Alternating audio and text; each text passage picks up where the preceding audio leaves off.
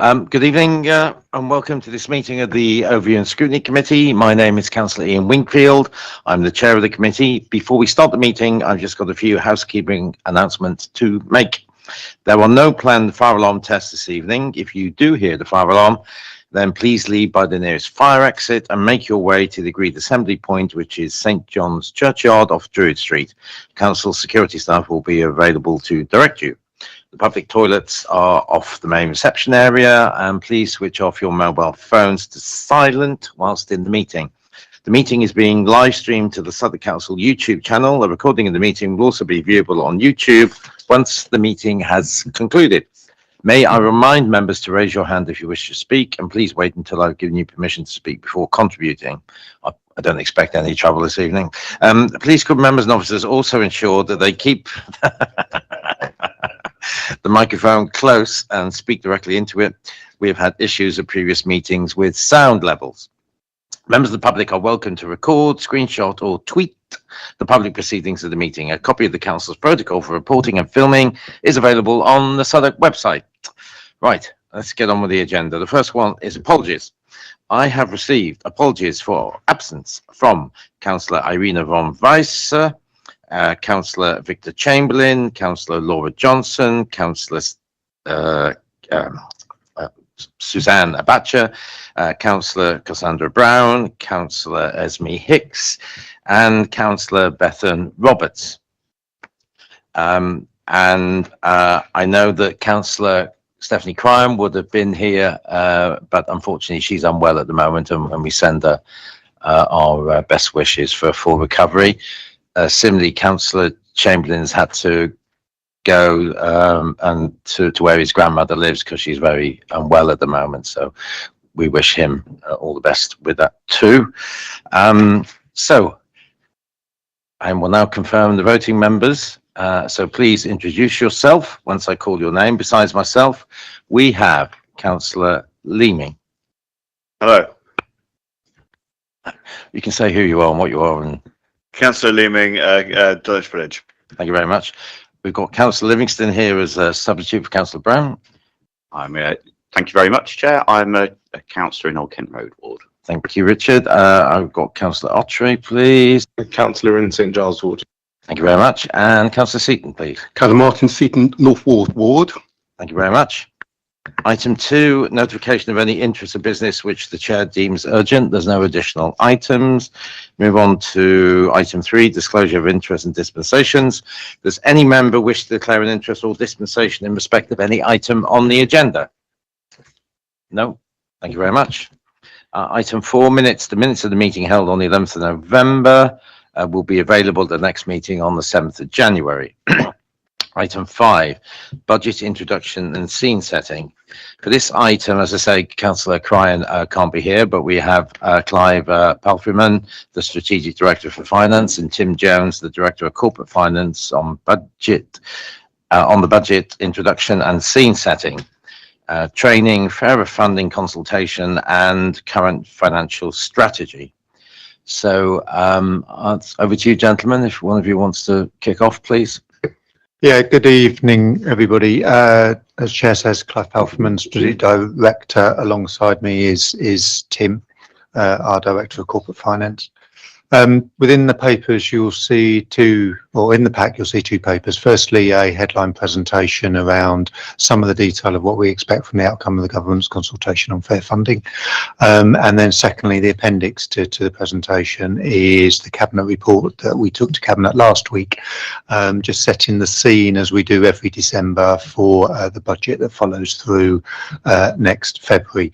Tim will chat us through some of the detail of the slide pack, and it should appear on the screens around us as well. But from a headline position, obviously we start our planning very early, and indeed you may remember from previous years we set the base principles of our 2026 budget back in 2024, both in terms of a number of savings that we do expect to have to deliver in terms to follow to I guess, deliver against our budget gap, but also some of the assumptions that we have around inflation, contractual uplifts, pay inflation, and such like. So a lot of work was done very, very early, and I guess whilst that was before fair funding was a thing, what it does do is obviously do a lot of the hard work up front, which gives us some good time to lead us into what fair funding might bring for us. I don't think it's news to you that fair funding is not a good outcome for London and Southwark in particular, and Tim will talk you through some of the details specifically, but I would like to assure the committee that what fair funding doesn't mean is a fundamental shift for our 2026 budget plan. So I think with confidence we can move forward with the plans that we've presented with you over the last couple of years, and that buys time for what will be a difficult latter end for the decade for our finances, but the work starts early and that has begun already.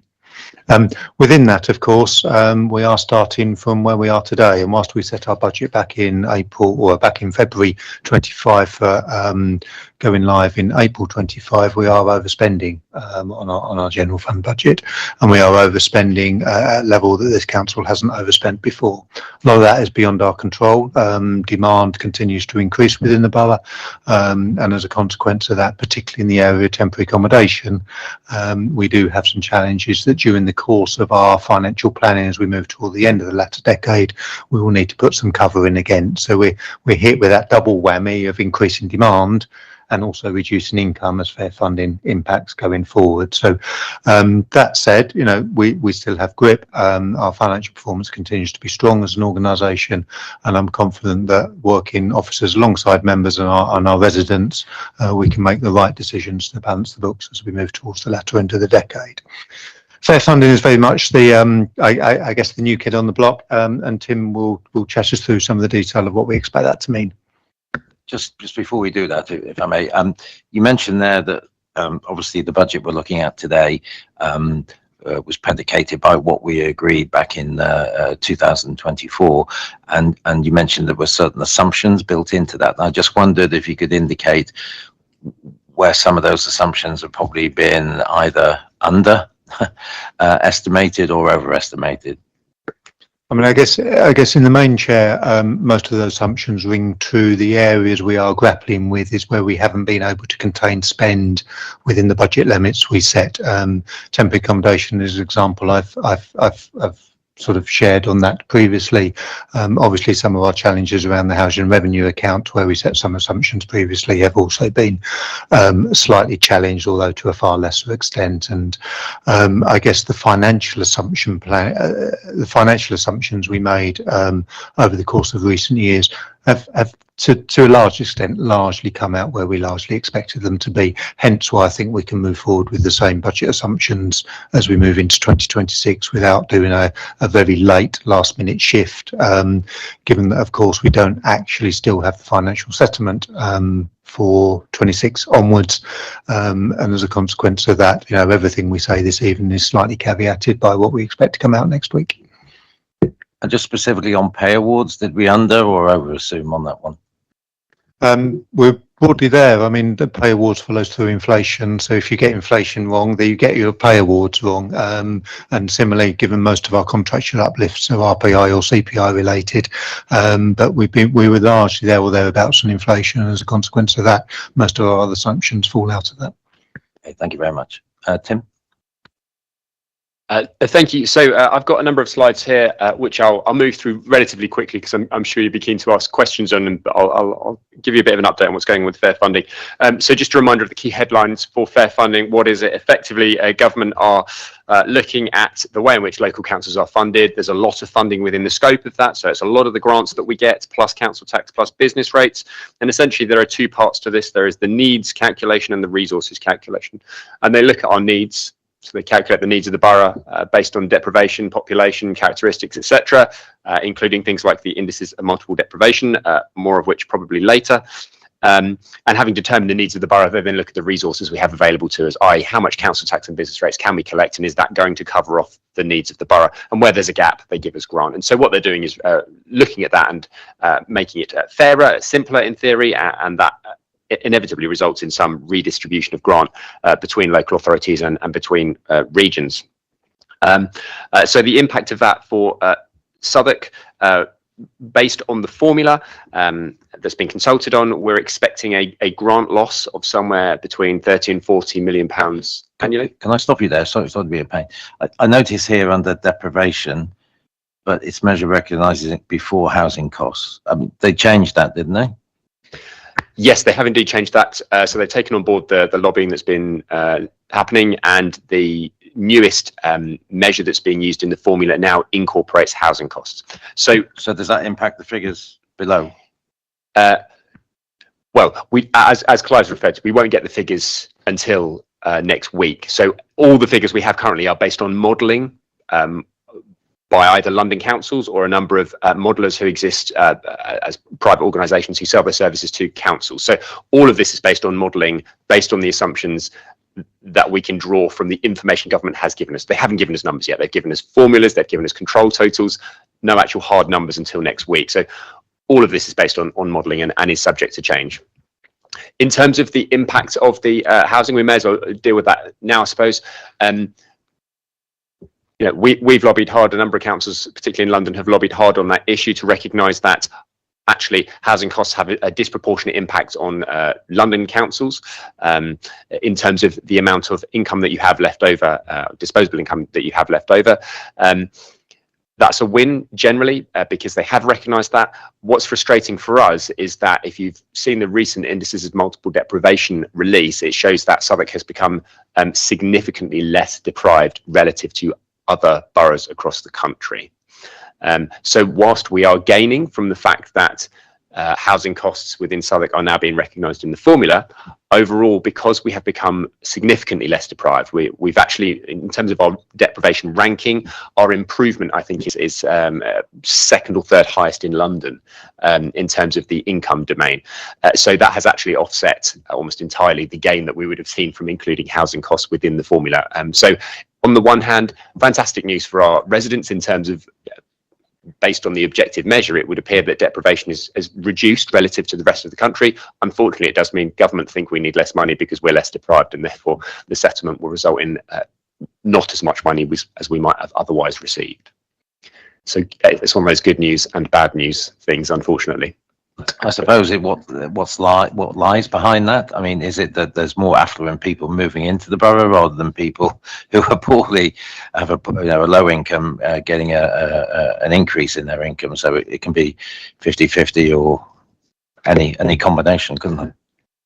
Yes, and that's exactly the issue. I don't have the detail behind that, so I can't comment, but absolutely there will be issues like that. It doesn't necessarily mean that the people who were living in the borough back in 2019 when it was last undertaken, it doesn't necessarily mean that their lives have changed at all. It's just a measure of the people who are currently here. Sorry. So in terms of the impact, we're expecting, based on the fair funding formula alone, a grant reduction of something like closer to £40 million phased in over 3 years. Fundamentally, though, the key issue here is that what we're expecting from government is a significant amount of damping. Those of you who've been through this process before a number of years ago will understand that whenever there is a change in formula, they transition it in over multiple years so that we can take time to get used to the changes, and inevitably they will often include some damping money, which effectively negates very much of the impact of the decrease that we would see. And so you may be aware that earlier in the year we were expecting something like a flat cash settlement. So though the formula itself would say we need about £40 million less funding than we currently have, in reality earlier in the year government was saying you're probably going to get a flat cash settlement, i.e. the sum total of your council tax business rates and grants will probably stay at today's levels for the next 3 years. That's not great, clearly, but it would have been better than losing £40 million. So that's funding reform in brief. This is what it was proposed to look like back in the summer consultation. Significant losses for London and the South East. And then when we break that down a bit further, we see that the losses in London are really focused on inner London boroughs with an average 28% loss in funding before transition. And you can see again, back on that original consultation, Southwark was set to lose the third highest amount of funding in cash terms. This was before the damping I'm talking about here, which would bring us back up to cash flat. but the objective assessment of our need demonstrated that we would need something like £40 million less of funding. This slide here with the colours on it really just giving you some idea of context of what is in scope of this funding reform. So government are using those top 3 left-hand funding streams. They're taking all of those together and moving those around. So it just gives you an idea. It's a huge proportion of our funding changing. And then on the right-hand side of that chart, you can just see the sort of sums that we spend on different services. This was the initial modelling, and there's an extra text box top right there. So initial modelling showing what we thought it would look like based on a roughly flat cash settlement. So it's showing the different proportions of the main funding stream. So council tax in pink, business rates in yellow, and grant in green. And so just showing broadly, although things have been difficult for many years, since 2016-17, we've been seeing reasonable increases in the overall total of those funding streams. So generally speaking, council tax, business rates and grant have all been moving up in varying amounts over the last 10 years. And so the initial proposal was that we would then get a cash flat settlement, which again, on the face of it sounds okay, but obviously in the context of recent history where we've been used to significant increases, that would present a challenge. To give you some idea, if you're to look at the 25-26 budget report, so this year's budget report, you'll see there's about £30 million, just shy of £30 million of extra government funding, relative to the previous year. So that's the sort of scale of funding increases that we have seen in recent years. So to see a flat cash position is clearly quite a change. Now, the text box I've added at the top right really just points out that since then, we've had the November policy statement, and that has given the clearest indication yet that we could expect some sort of growth in funding. So not just flat cash, but actually some sort of growth. Again, the wording around that has been difficult to interpret. We've seen 2 different models, both of which look quite different, simply because the assumptions are difficult to understand in the documents that have come through from MHCLG. But I think what we can certainly say is we're expecting a better than cash flat position. Now, we still don't expect it will be significantly better, and we don't think it will look anything like the sort of increases we've seen in the past, but we do think it will be better than a cash flat situation, which is helpful.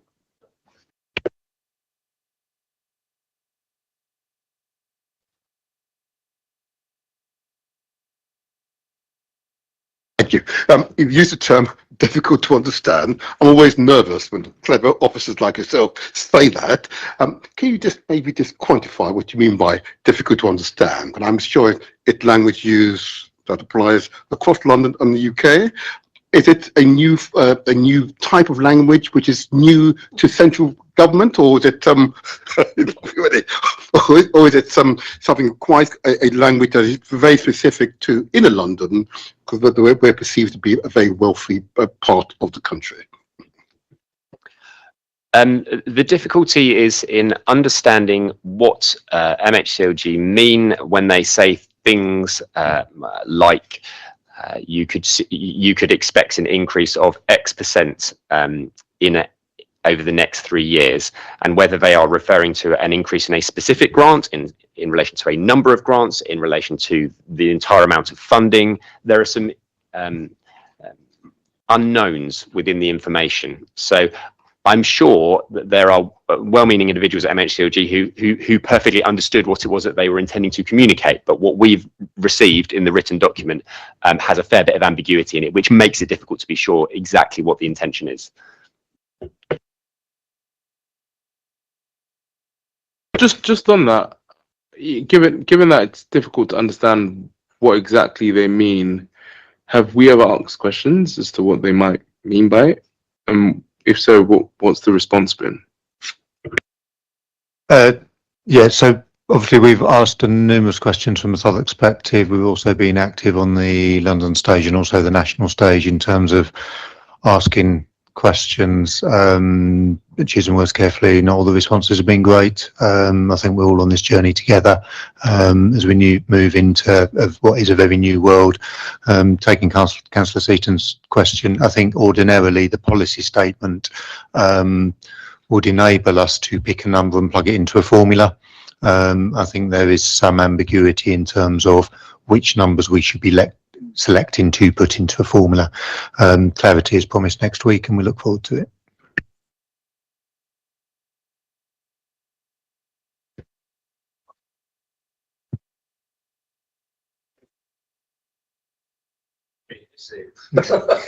Yeah.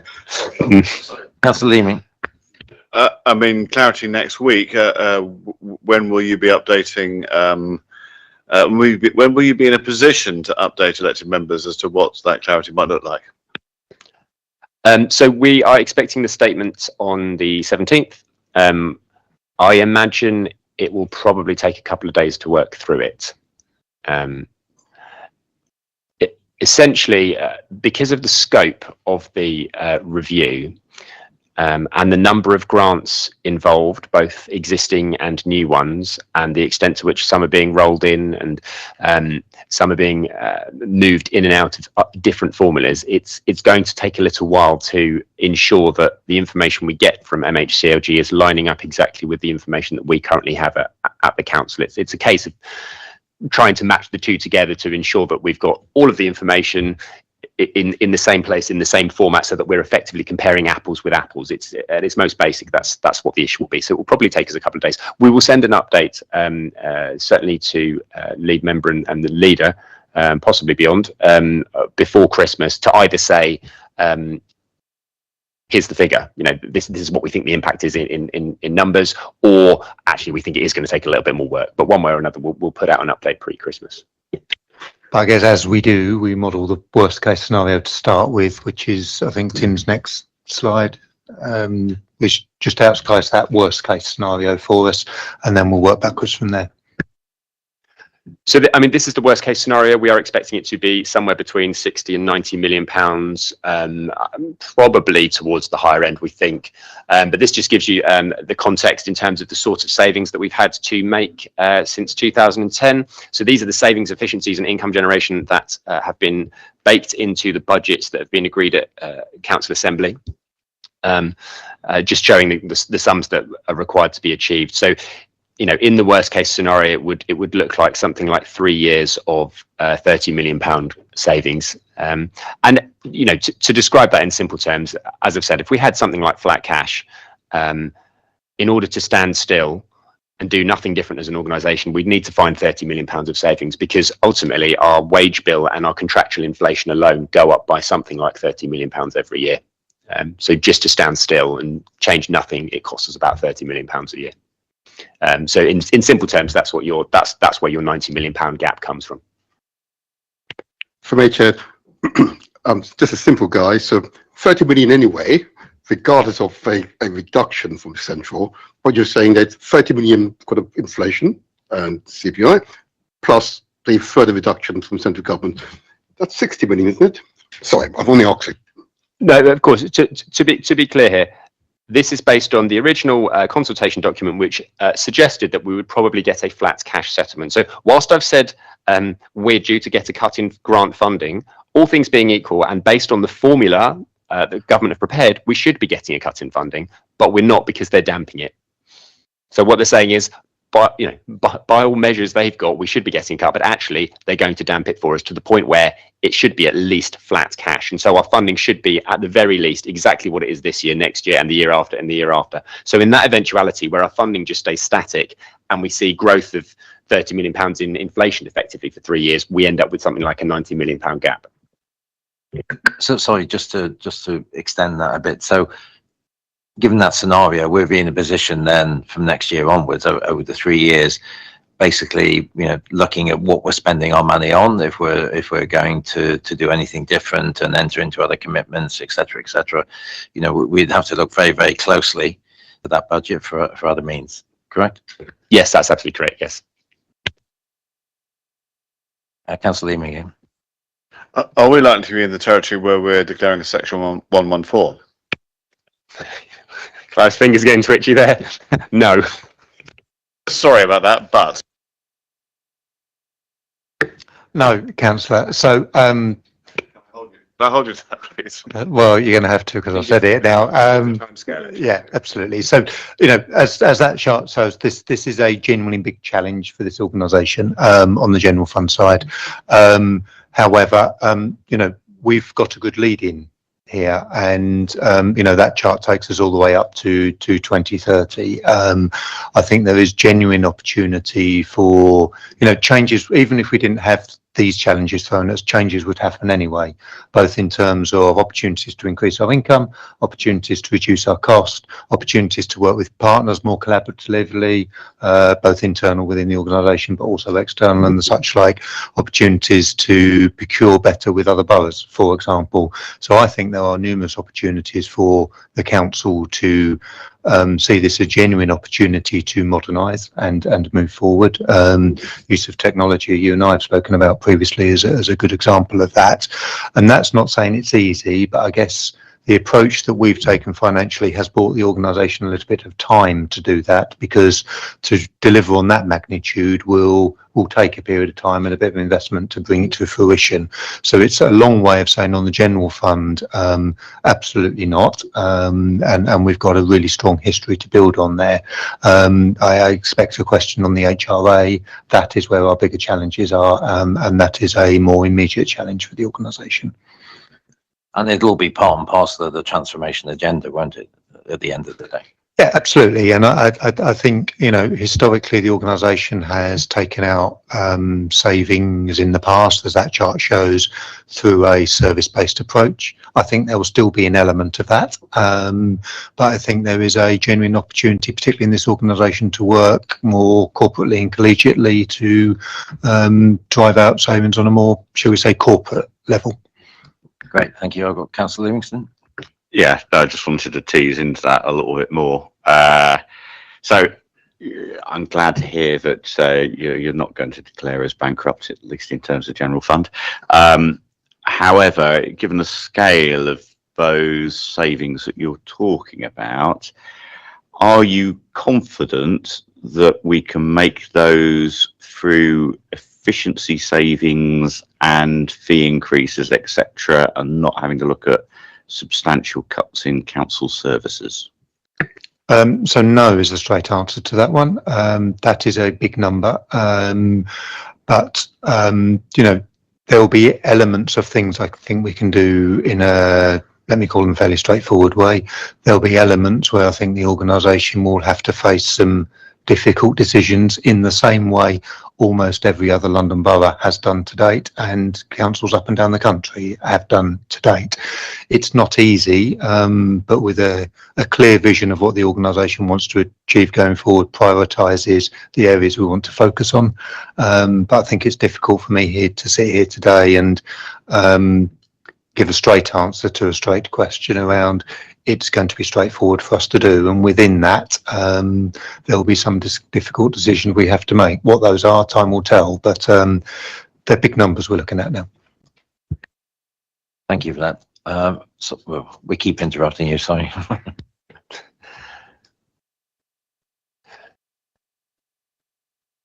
Okay, so that was a kind of a whistle-stop tour through fair funding and what it's looking like for us. I suppose it's important that we just don't forget, existing budgets are significantly overspent. Clive's alluded to this earlier. You'll have seen the papers from Cabinet earlier this month. General fund overspend of about £26 million after planned movements in reserves. The underlying pressure is just over 39 million. So really quite significant figures that we've not seen in recent years.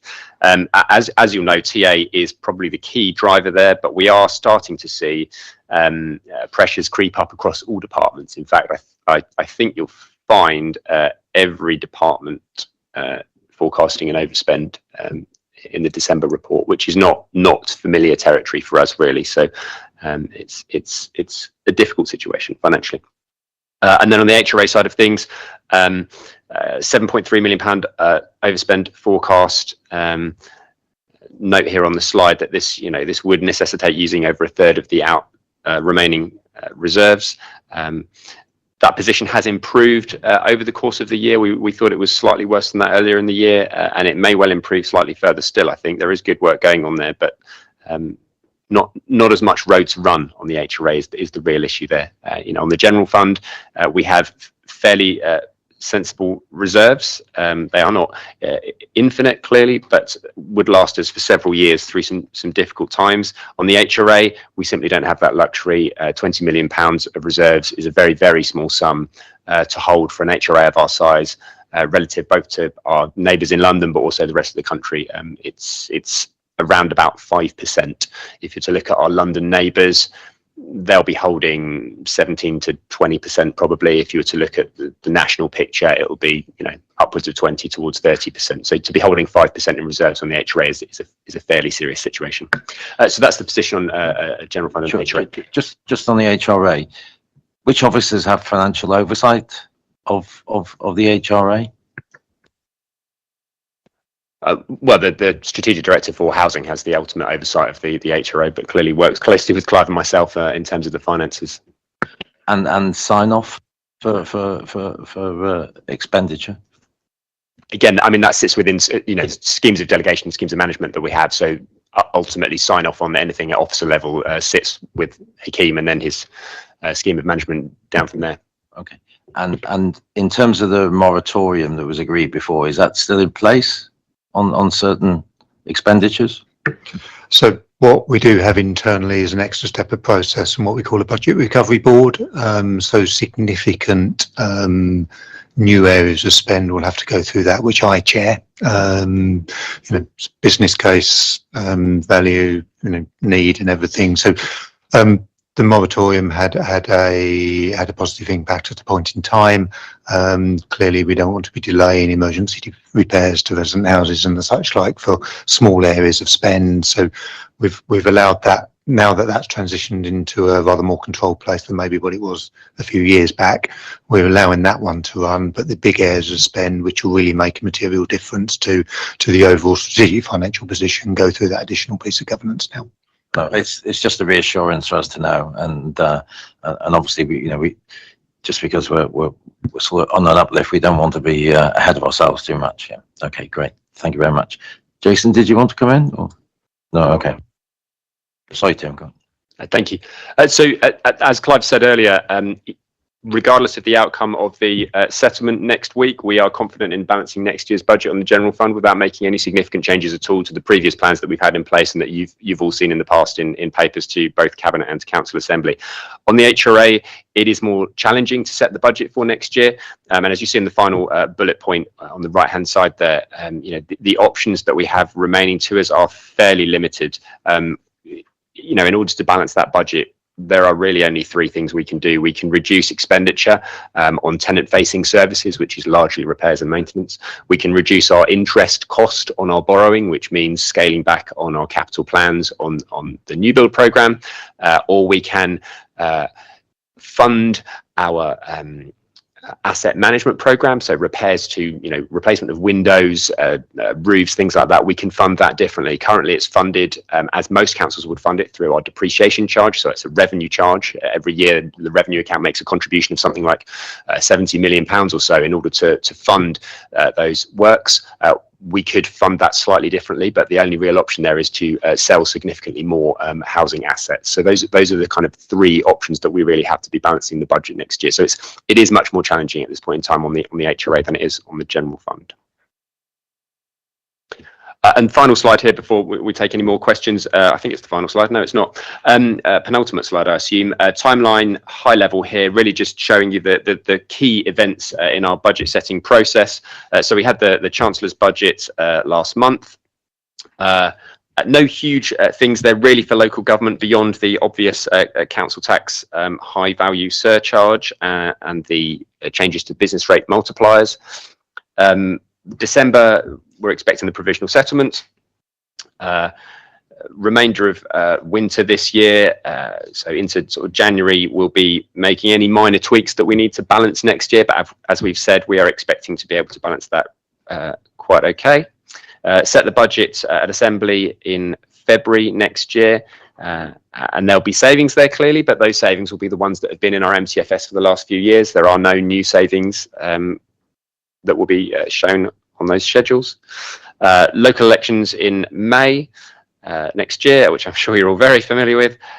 June 26 will be some new member training, clearly getting people up to speed and exploring our options for 27-28. And 27-28 will really be the key year. You know, we've said next year we're reasonably confident in balancing the budget. It is the following year where the impact of this fair funding stuff really hits for us. So if we're going to have to make big or difficult decisions, those are likely to kick in April 2027. So next summer will be a key time for us as a team, just ensuring that we're bringing all of your new colleagues up to speed on the finances generally, at the situation that we're in and the challenges that we face in the year ahead. Summer, autumn next year, preparing to implement savings for that following year. Autumn, winter, we will publish in the usual way. And then February 2027, we'll be setting our new 3-year MTFS. So just a reminder, we are currently in year 2 of the existing MTFS. Next year is year 3, the final year of our MTFS. We'll be launching a whole new 3-year MTFS in April 2027. So that's just the key points. And so I imagine, Chair, alongside you and officers, it'd be good to have a conversation about some of our planning for that from a scrutiny perspective, given that as we move into January, other than the outcome of the settlement next week, we will not have a lot of new budget issues to present to you in the same way we have in previous years. But as we move into the autumn and are looking at another 3-year worth of sort of MTFS savings and budget assumptions and the such like, then there is probably a lot more scope for a good scrutiny conversation, because I think trying to squeeze that all into January 2027 will be quite challenging, because there'll be a lot. Yeah, well, once Councillor Cryne's back, you know, we'll have conversations jointly on that. Yeah, thank you. Jason, thanks. You've got one more slide? Oh yeah, you can do the one more slide. It might cover off the point I want to. Thank you, Councillor. So final slide here, really just focusing in on that budget setting for next year. There's a extract there on the left-hand side from the budget that we set for the current year back in February, and really it's just there to demonstrate that for 26-27, that final column, there's a gap post-transformation. That bottom line says 0. So effectively at February last year, when we set this year's budget, we provisionally set next year's budget as well, in terms of we'd worked out how, all things being equal, we could probably balance the budget. Clearly things have changed across the course of the year. There'll be changes in assumptions, the individual numbers will move, and obviously fair funding will change the grant lines, but all in all we are fairly confident that there won't be any significant changes to be made there. If there are, final bullet point on this slide, reserves have been set aside. Many of you will be aware we have specifically named reserves in the accounts along the lines of, you know, fair funding review reserve and business rate reset reserve and things like that. So there are reserves set aside specifically for this scenario to ensure that we can smooth our way through changes like this to our funding, rather than kind of having to suddenly crash into some major savings with only a couple of months left in the year. So we can go forward with reasonable confidence that next year's budget will be as comfortable as it is likely to be. And just on that, before I bring Jason in, and does each department still have a contingency fund as part of their budget? Not that I'm aware of. Some of them will hold small amounts of contingency, but no, there's no material contingency set aside across all departments as a matter of course. Some will hold some. So I think part of the financial strategy, we see all reserves as corporate resources, and you know, we allocate those as we need to be, transparently and fairly. Okay, thank you. Jason? Thank you. Something you haven't mentioned, which I know is common in local authority world, is borrowing between councils. So councils borrowing to other councils. We borrow from other councils, right? I think at a modest rate, was it around £65 million or thereabouts? Are you able to talk about what our short-term borrowing from other councils looks like now compared to 2-3 years ago, and what impact that might have on our liquidity? And also, I'm very interested to understand if we're using any of that kind of short-term borrowing from local councils to invest in our longer-term projects, and if so, what are the risks associated with that? Because I suspect quite risky if we are. So I would say, Councillor, we are allowed in the Treasury strategy to borrow from other local authorities, but as we sit here today, we do not have any borrowing from other local authorities. Most of our borrowing at the moment is either from PWLB, or our short-term borrowing can be from the money market funds if it needs to be. In the same way, we're also able to lend to local authorities should we wish to do so. But at the moment, we haven't got any of those. I guess in answer to your question of what's changed in the last 3 years, frankly, we've got less cash available. So our levels of investments are far lower now than what they were 3, 4, 5 years ago. And that's similar across the local authority sector at the moment. It would be inappropriate, certainly wouldn't happen on my watch, that we borrow from a local authority to invest in a project over there somewhere. That said, I wouldn't rule out borrowing from a local authority or somewhere else for short-term cash flow needs to get us through a short-term period of time, and we will take a view on the rate we have to pay or the rate we get and the tenure of how much we do any deal for. But I think inter-authority lending was quite a thing 3, 4 years ago, but it's fallen off slightly just because I think of 1 or 2 bad decisions from councils elsewhere, but also just because there's less money in the system now. Yeah, the reason why I asked it was because about 3 or 4 years ago there was mention that we were borrowing from councils, and I think the amount we were borrowing was quite a significant amount. Well, I say significant. It was at a modest rate compared to other councils such as Croydon, etc. So it's interesting to learn that we don't borrow from councils as we speak today. Do you think that's likely to change in the near future, considering how, I mean, our reserves are quite low, although we still have reserves? Do you think we're likely to tap the shoulder of councils soon, given our cash flow? Yeah, I mean, I wouldn't rule it out. We're allowed to do it. No local authority loan has ever defaulted. Yeah, there's been a lot of headlines around what some local authorities have been doing sort of individually, but no inter-authority loan has not been paid back, if that makes any sense.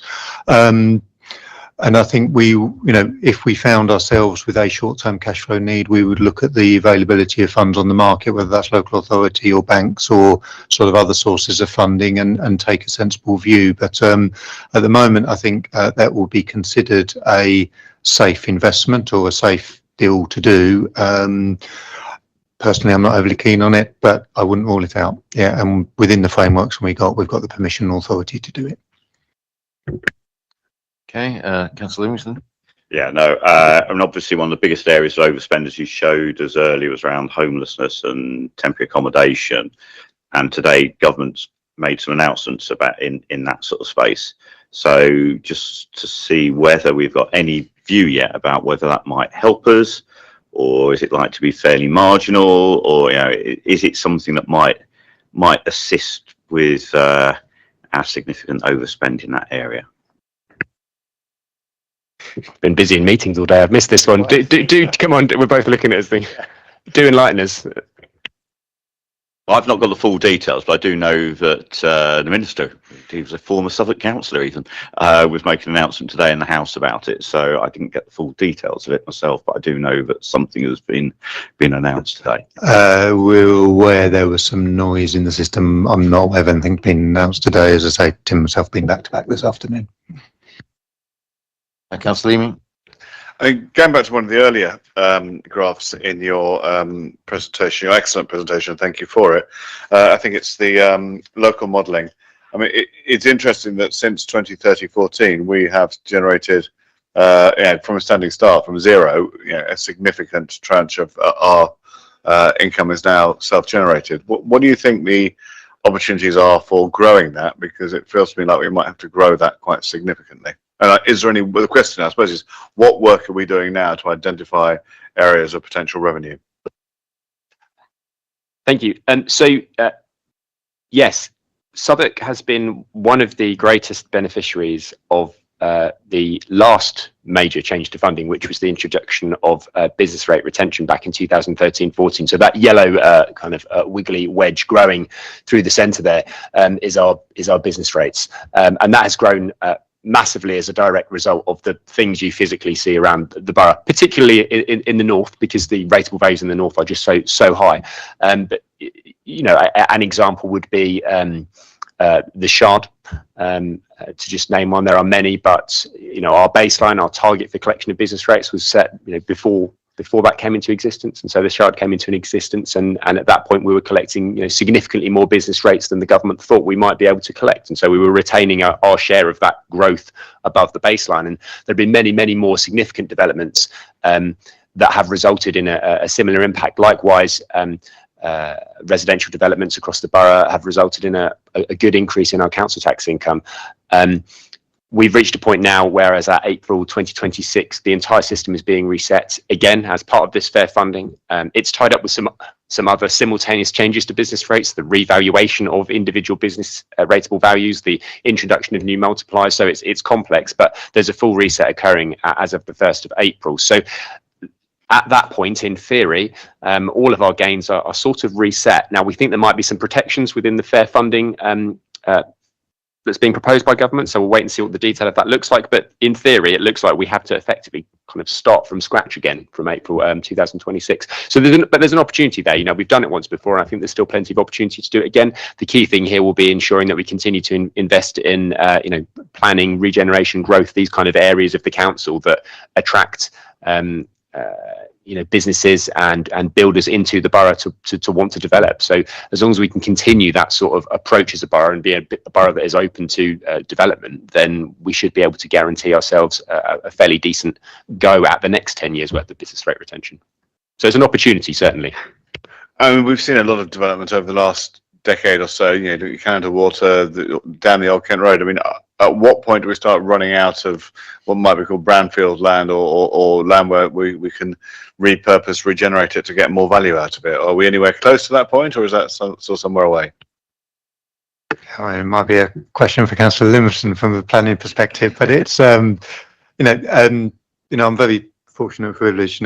Tim's great and so are the finance team, but I also have responsibilities in planning and growth, and there is some genuinely interesting work going on there.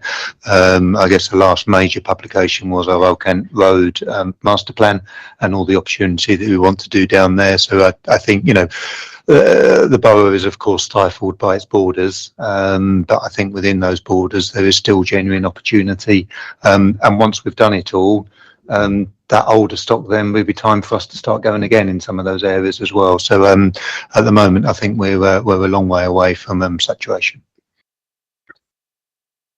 I mean, to give an idea of scale, every time a building of this size and type goes up in the borough, that's an extra £3 to £4 million in business rates annually.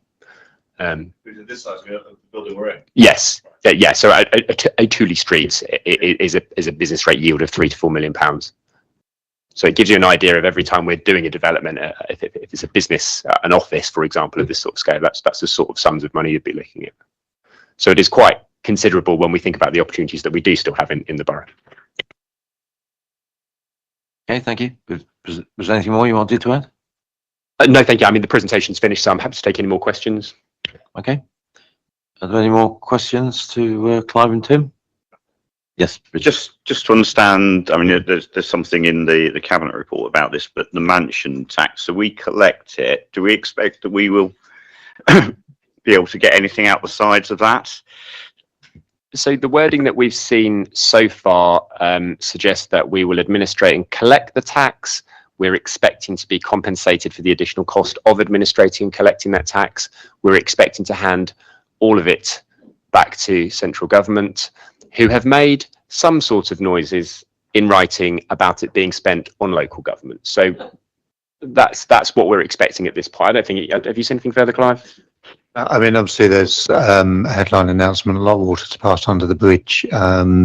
We do sort of have precedent in the sense of we collect on behalf of the GLA at the moment, their precept, and send that over the river back to County Hall. But this is quite a new approach to what is potentially a national tax being collected through council tax.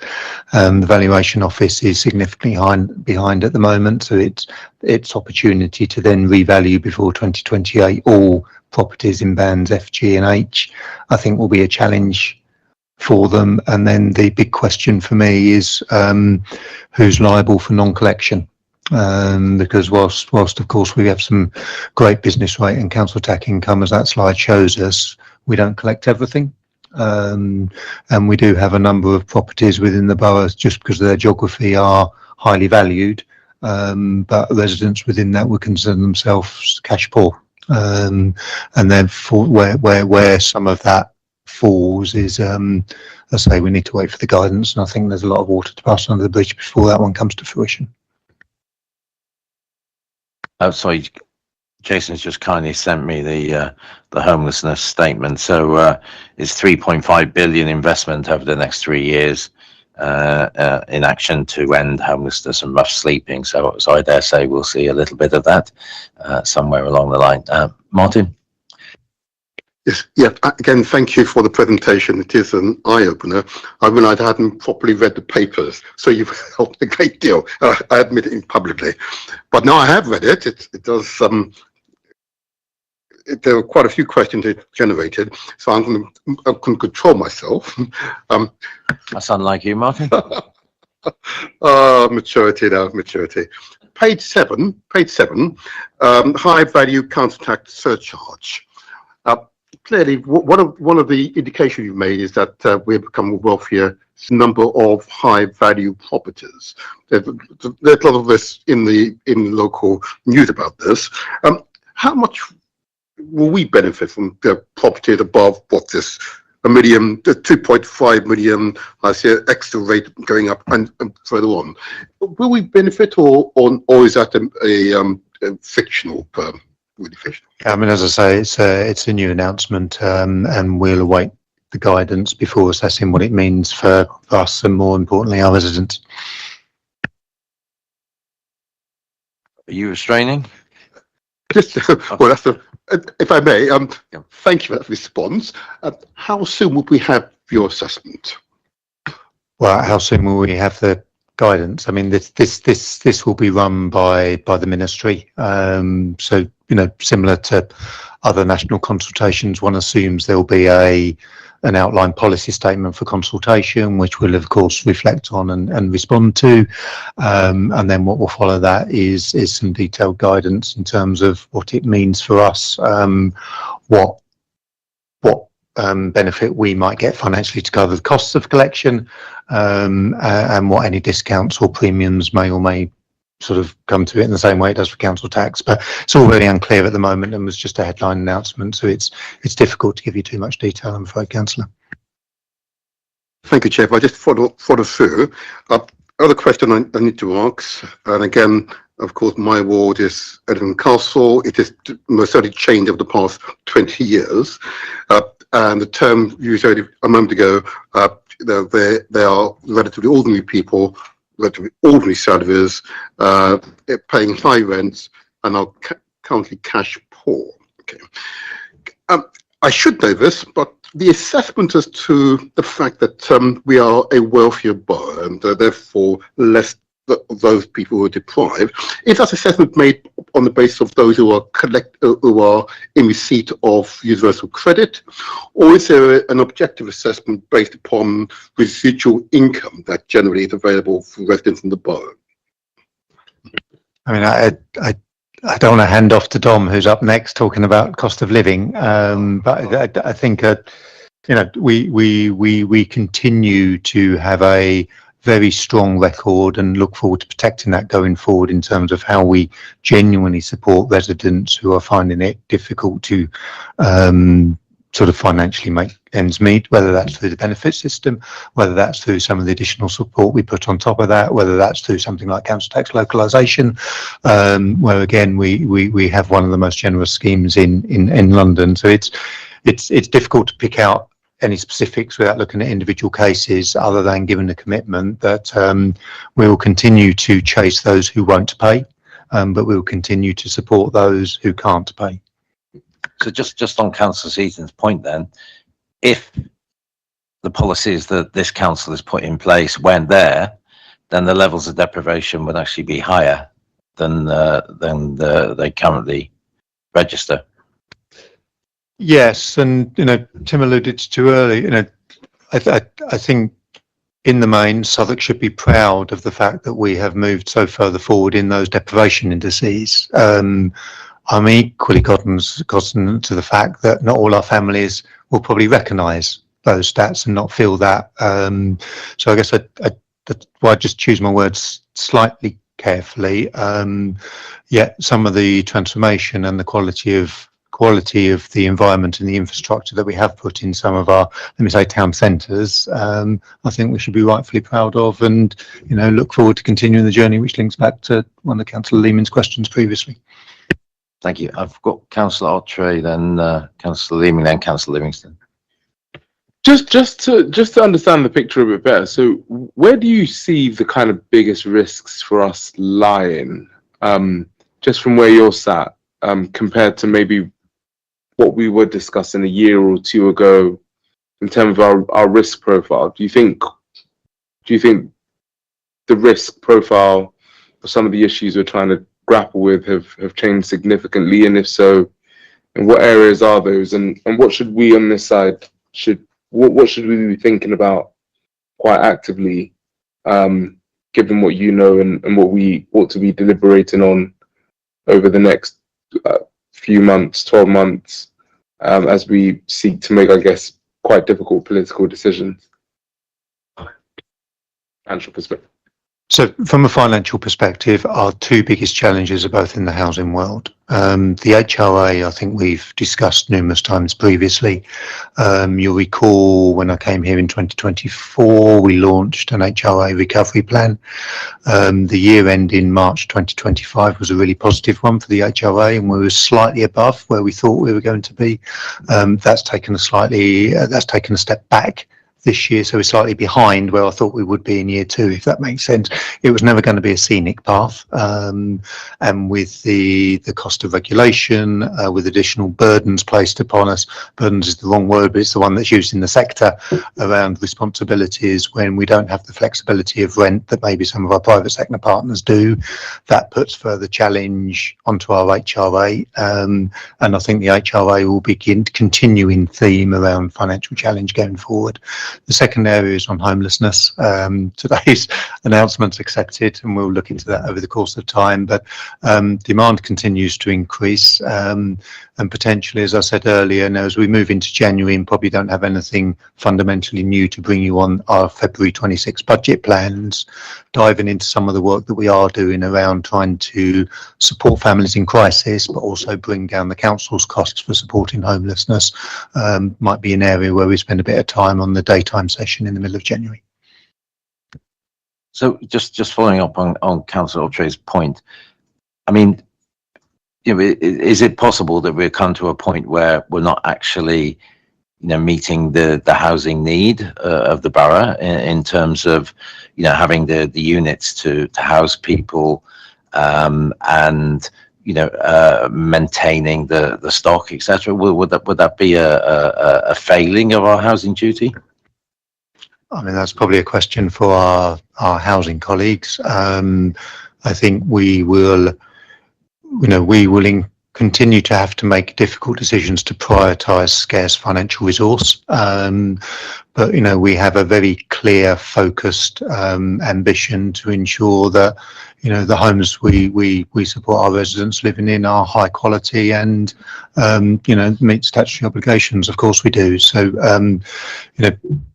might not be the right person to give the straight answer to that question, but in answering Councillor Koch's question, where are we financially challenged? I don't think it's a surprise to anyone if I said the HRA. No, I think we can all concur on that. So, Councillor Leamy. I mean, it'll come as no surprise to you, given the ward I represent, that I have already had conversations on the doorstep about, as you suggest, people who live in high-value houses but consider themselves to be cash poor. I'm wondering. No, but you may have one or two. I mean, given that we will be collecting that revenue, how much of a risk do you think that any reputational damage of a decision that we have nothing to do with and no influence over will accrue to us rather than the people who actually made that decision in the first place? Probably too early we need to see the scheme and then work out what it means for us. But as I say, the discretions we have around, at the moment we have discretion over council tax localisation, so council tax support where we offer discounts, where we don't, and such like. Some of those are set by statute, some of those are not, and we have local discretion. Whether we're allowed local discretion on what they're calling a surcharge at the moment, we just do not know. But it's going to be interesting because it's I think a very deliberate step change from central government in terms of stepping into the space of council tax setting. I mean, in terms of the scale of the risk, we don't know much, as Clive said. Understandably, there are organisations and individuals who have decided to model this. So you can Google it and find things. And what you'll find is, people saying it may be in the region of 500 homes across the whole of Southwark may get dragged into this. Clearly, this is going to be modelling based on, historic data, sales prices. It's very patchy data, so it's difficult to have any certainty. But to give a rough idea of scale, it could be in that region. I mean, I have already found that there is data on the council tax bands on the government website. It's not organised in a particularly helpful way because, and I put in my own postcode, and I live in a terrace house which is in a run of 10 with some more damage in the middle of it. And whereas I'm in a particular band, I noticed that one of the houses, which is in less good condition than mine is in a higher band, 3 houses down, which I thought was remarkable. I'm not going to give any more information away in case my house gets revalued. But it wasn't possible to export it very easily in order to model it. But it struck me that when I put that data into Dulwich, which I represent, there were many more band F, G and H properties. I think the issue here is that they'll probably be using F, G and H as their starting point. That'll be their kind of, here's our pool of homes that may be in excess of 2 million. Right. But the number of homes that will actually be valued in excess of 2 million is, I think, likely to be very, very small in Southwark, potentially in the region of sort of 500, based on the modelling that I've seen others doing. I can't vouch for the accuracy, but the logic behind it is reasonably sensible based on the kind of data that is available. So I don't think we're going to see everyone in FG&H suddenly going, my bill's gone up. I think it is, from everything we've seen so far, just homes that are deemed to be at a value of over 2 million. And do we know that formula? Because obviously something isn't worth nothing at all until you try and exchange it, and then it acquires its value. So a house that someone has lived in for a very long time might be considered to be worth nothing at all until they try and sell it. It's going to be interesting, isn't it? And the VOA, the Valuation Office, just will not be able to value in the traditional sense. So I can imagine some kind of AI generated paper-based exercise may or may not leave them. May or may not leading up to that point. And, at what point do you take that £2 million threshold? Is it today's prices or is it in 2028's prices? So, as I say, it's generated a lot of interest both here and in other meetings we've been in, but it's just unfortunate. I just don't have the answers because it's a budget announcement so far and little more. Okay, thank you, Councillor Livingston. So I just wanted to say that, and trying to transplant 2026 or 2028 figures onto a system that's based on 1991 values, it's an odd mixture of things. I wanted to come and talk in a different area in terms of council tax. Obviously, the report mentions the fact we've got the 8th lowest council tax in London. London council tax levels are broadly lower than the rest of the country, and obviously that was part of where the fairer funding sort of thrust of argument came from, is the fact that places with much lower property values have much higher council tax rates. And look at London, they've got very low council tax rates.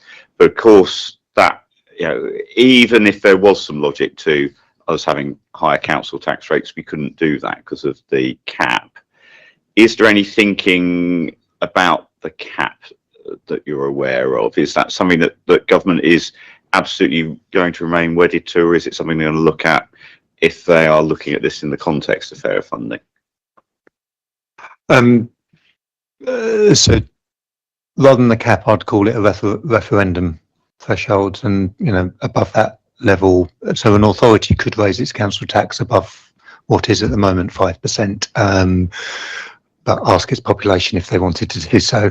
But that figure was part of the policy statement, and as a consequence of that, at the moment, that is there to see us through the period of that policy statement, which is a 3-year funding deal. So one assumes it's here to stay. That said, the main thrust of the early stages of the consultation on fair funding was very much implying a move towards a national level for council tax, and was very specific in terms of expecting authorities to collect council tax to an average level nationally, where the stats would suggest it's more difficult to collect tax in London than potentially elsewhere within the country. So that sort of still remains for authorities that stop short of issuing a 114 but do move into the rather weirdly titled exceptional financial support. Does give them license to raise tax higher than that, and you'd have seen that in Croydon not so long ago, and potentially elsewhere as we move into the new calendar year. But at the moment, if Southwark wanted to raise its tax above that 5% level, we'd have to go through a referendum first, and as we sit here today, have no plans to do so. That's good to hear. Martin, did you want to come back on anything? Yeah, thank you. Again, it's been very illuminating. The issue of levels of deprivation in the borough, I've never really understood the formula, okay, which is maybe a problem why I ask these silly questions, but if you could maybe simplify it for us simple folks, as to how it is that they are assessing deprivation and its reduction in Southwark. My first question. Then the second part of my question, is there an assessment made as to what we spend per person compared to per person in Midlands or East Midlands or East of the country?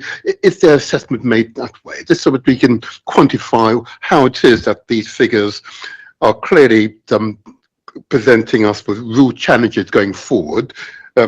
Last year we would have said that we're at the bone, or you might have said we're now going into the bone. I think you might have said last year, which is why I'm even more nervous as you present this project to us this year. Okay.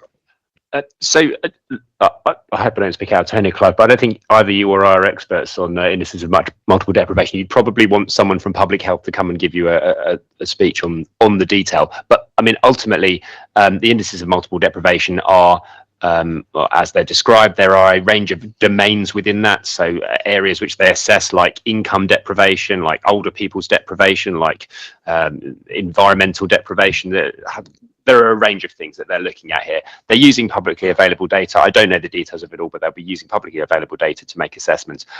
When I say that we've become less deprived, what it actually means, to be absolutely clear, is that we've become less deprived relative to other boroughs. It does not necessarily mean that we've become less deprived as a borough.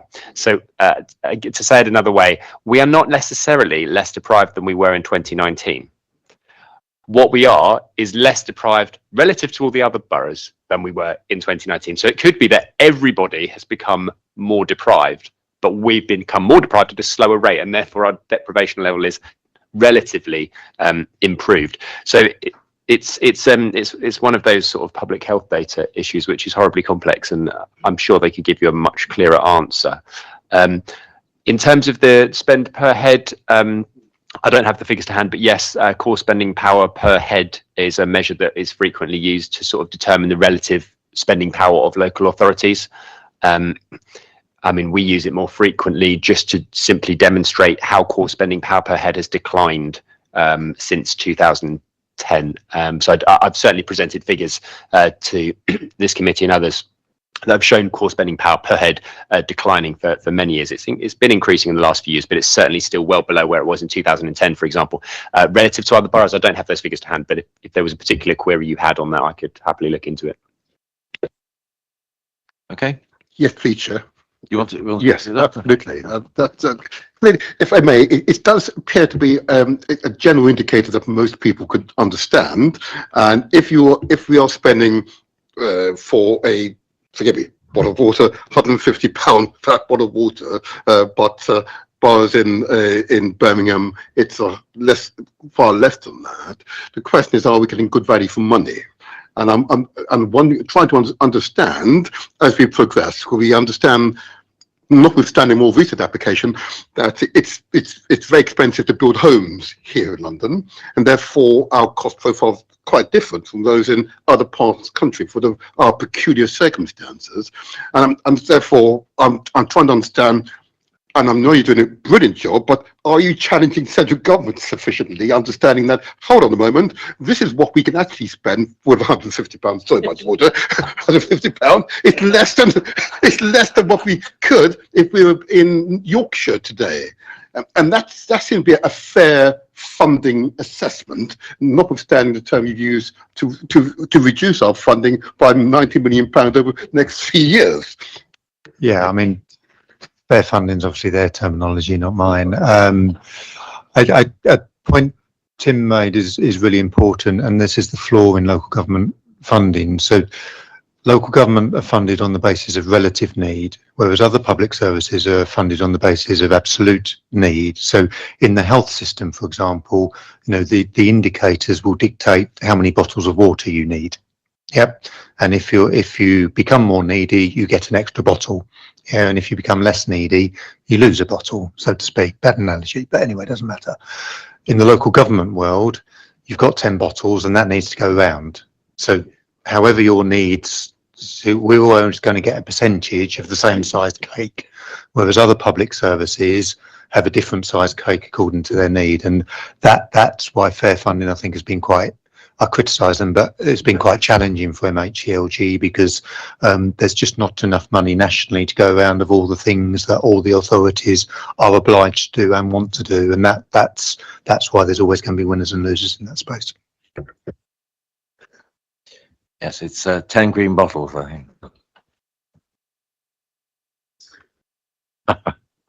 Okay, are there any more questions to the officers before we finish this item? No? Okay. I've asked that somebody comes to our meeting in January to give a definition of the multi-deprivation index. Okay. Thank you. So thank you once again for answering our questions. And also, can I just welcome Martin Brecknell, one of our education companies. I'm sorry, I should have introduced you later, but you're most welcome. Thank you. And can I now move on to item 6, the cost of living Southwark 2030 goals, including economies. And so we have for the presentation from Dominic Kane, the Director of Customer and Exchequer, and sorry, consumer, not customer. Is it? No, it is customer, yes. And Exchequer, and Eugene Nixon, the Head of Strategy and Compliance. So you're both welcome. And over to you for the presentation. Thank you, Chair. So, Dominic Kane, Director, Customer and Exchequer. Eugene, going to hand off to you in a moment. It's just going to give a broad overview. We don't intend to go through the 17 slides, so we'll give you an overview. Hopefully, you've had a chance to read through the detail. We were looking forward to each. So in terms of, I know Councillor Cryan would be disappointed to not be here this evening. She's been at the forefront of leading on development of the cost of living response within the borough as the portfolio lead. And I think from me, the first thing to say is this is a council-wide response. We're here this evening. This touches a number of different departments within the council, not just within resources. So we've got local economy team, we've got housing, public health, to name but a few, and not least communications. So hopefully you would have seen in Southwark Life, there's an 8-page pullout in the winter edition, which gives residents an overview of the cost of living support that's available over the coming months, which is a culmination of a lot of work that's delivered across services within Southwark. We also acknowledge the great work that we do in partnership with the voluntary sector within Southwark. As we know, we're blessed with a very strong voluntary sector, and a number of the initiatives that Eugene is going to talk through briefly cover some of the work that we do with our voluntary sector colleagues as well, not least energy support. So we'll talk through some of that. And as well as going out into the community for cost of living roadshows, etc. So that said, we also have day-to-day operations that don't change. We deliver support day in, day out through a number of council services, as no members will be well aware, through your constituents' needs, through members' inquiries, etc. So that said, I'll hand you off to Eugene to talk us through a brief overview of the slides in the pack this evening. Thank you, Don. Thank you, Chair. The report provides a comprehensive overview of Southwark Council's response to the cost of living crisis from 2022 to the present day, with a forward-looking perspective to 2030. It details the strategic actions taken to support residents, the rationale for those actions, and an assessment of their impact. The report also sets out the likely direction for future policy, including preventative support as the borough continues to recover and to build resilience so it is better prepared in the event of another global economic or health crisis such as those it's experienced in the early part of this decade. The report's in 4 parts, starting with the background to the crisis. What was or what is the cost of living crisis, and how and why did the council respond in the way that it did back in the spring and summer of 2022?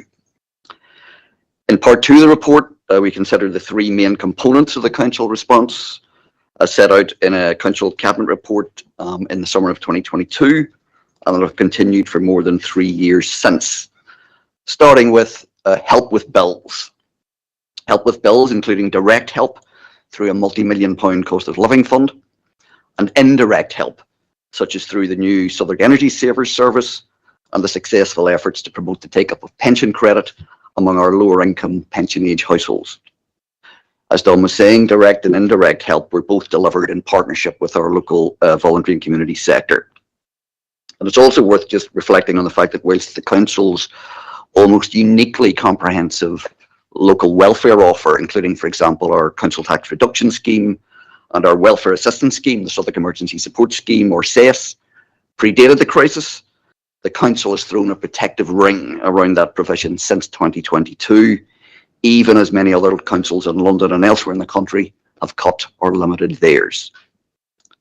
Since 2022, aggregate council help with council tax bills has totalled more than £120 million, with most households getting some help with their bills over the period. The second strand of the response was declaring Southwark to be a right-to-food borough. That was in 2022, and that led to a multifaceted approach to food security, such as extending free school meals to more secondary school children, introducing free nursery breakfasts, and auto-enrolment for free school meals to ensure higher take-up among eligible children. Community food security was further enhanced through partnerships with food banks, social supermarkets, pantries, and community fridges. The third strand we called More Better Jobs, including employment programs and living wage initiatives and other support for local businesses. And of course, by putting more money to spend in the pockets of residents, the council also supported local businesses by boosting demand. Southwark has been proud to maintain its position as London's first living wage borough, with many more employers becoming accredited and thousands of their employees benefiting from higher wages since 2022. Employment support and access to More Better Jobs was also delivered through Southwark Works, the council's flagship employment programme, which has since 2022 helped 1,656 residents into good work, with a total of 2,760 residents benefiting from the council-led, from all of the council's led employment initiatives. And through its Pioneer Fund and other programmes, the council has continued to provide a wide range of support for business, mostly targeted at young entrepreneurs and new to small, medium-sized businesses. The third part of the report outlines the council's strategy for this winter, marking both continuity in a context where most residents identify the cost of living as their #1 concern, but also the beginning of a shift from emergency interventions to a greater emphasis on prevention and resilience building. This year, the Cost of Living Fund has been rebranded as the Better Living Fund, aligning it with the Southwark 2030 aim of good lives, and continues to offer direct and indirect support with bills for low-income households, full details of which are set out in the report, and details of which you can also find in the supplement in the latest edition of Southwark Life. Preventative support for this winter also includes new funding for food insecurity prevention, a positive opportunities fund for at-risk families, and tailored support for those at risk of homelessness. Outcomes from those initiatives will be evaluated in spring of next year. This winter and beyond, Southwark will continue collaborating with partners to promote the take-up of social tariffs, welfare benefits, and additional support with utility bills and debt. Probably an outstanding example of that's the work we've done this year with Thames Water, which has already enabled the automatic enrolment for thousands more residents eligible for water bill social tariffs, resulting in substantial savings for our lowest income households. Part 4 of the report considers and final part of the report considers the outlook for cost of living support for the period through to 2030. The UK government announced a new crisis and resilience fund in this year's comprehensive spending review, with 2.52 billion ring-fenced for local authorities for the period from April 26 to March 29.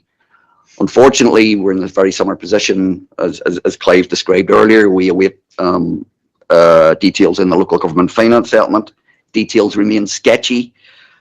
We still don't know what the council's allocation from the new fund will be, nor have we received detailed guidance from the government on its use.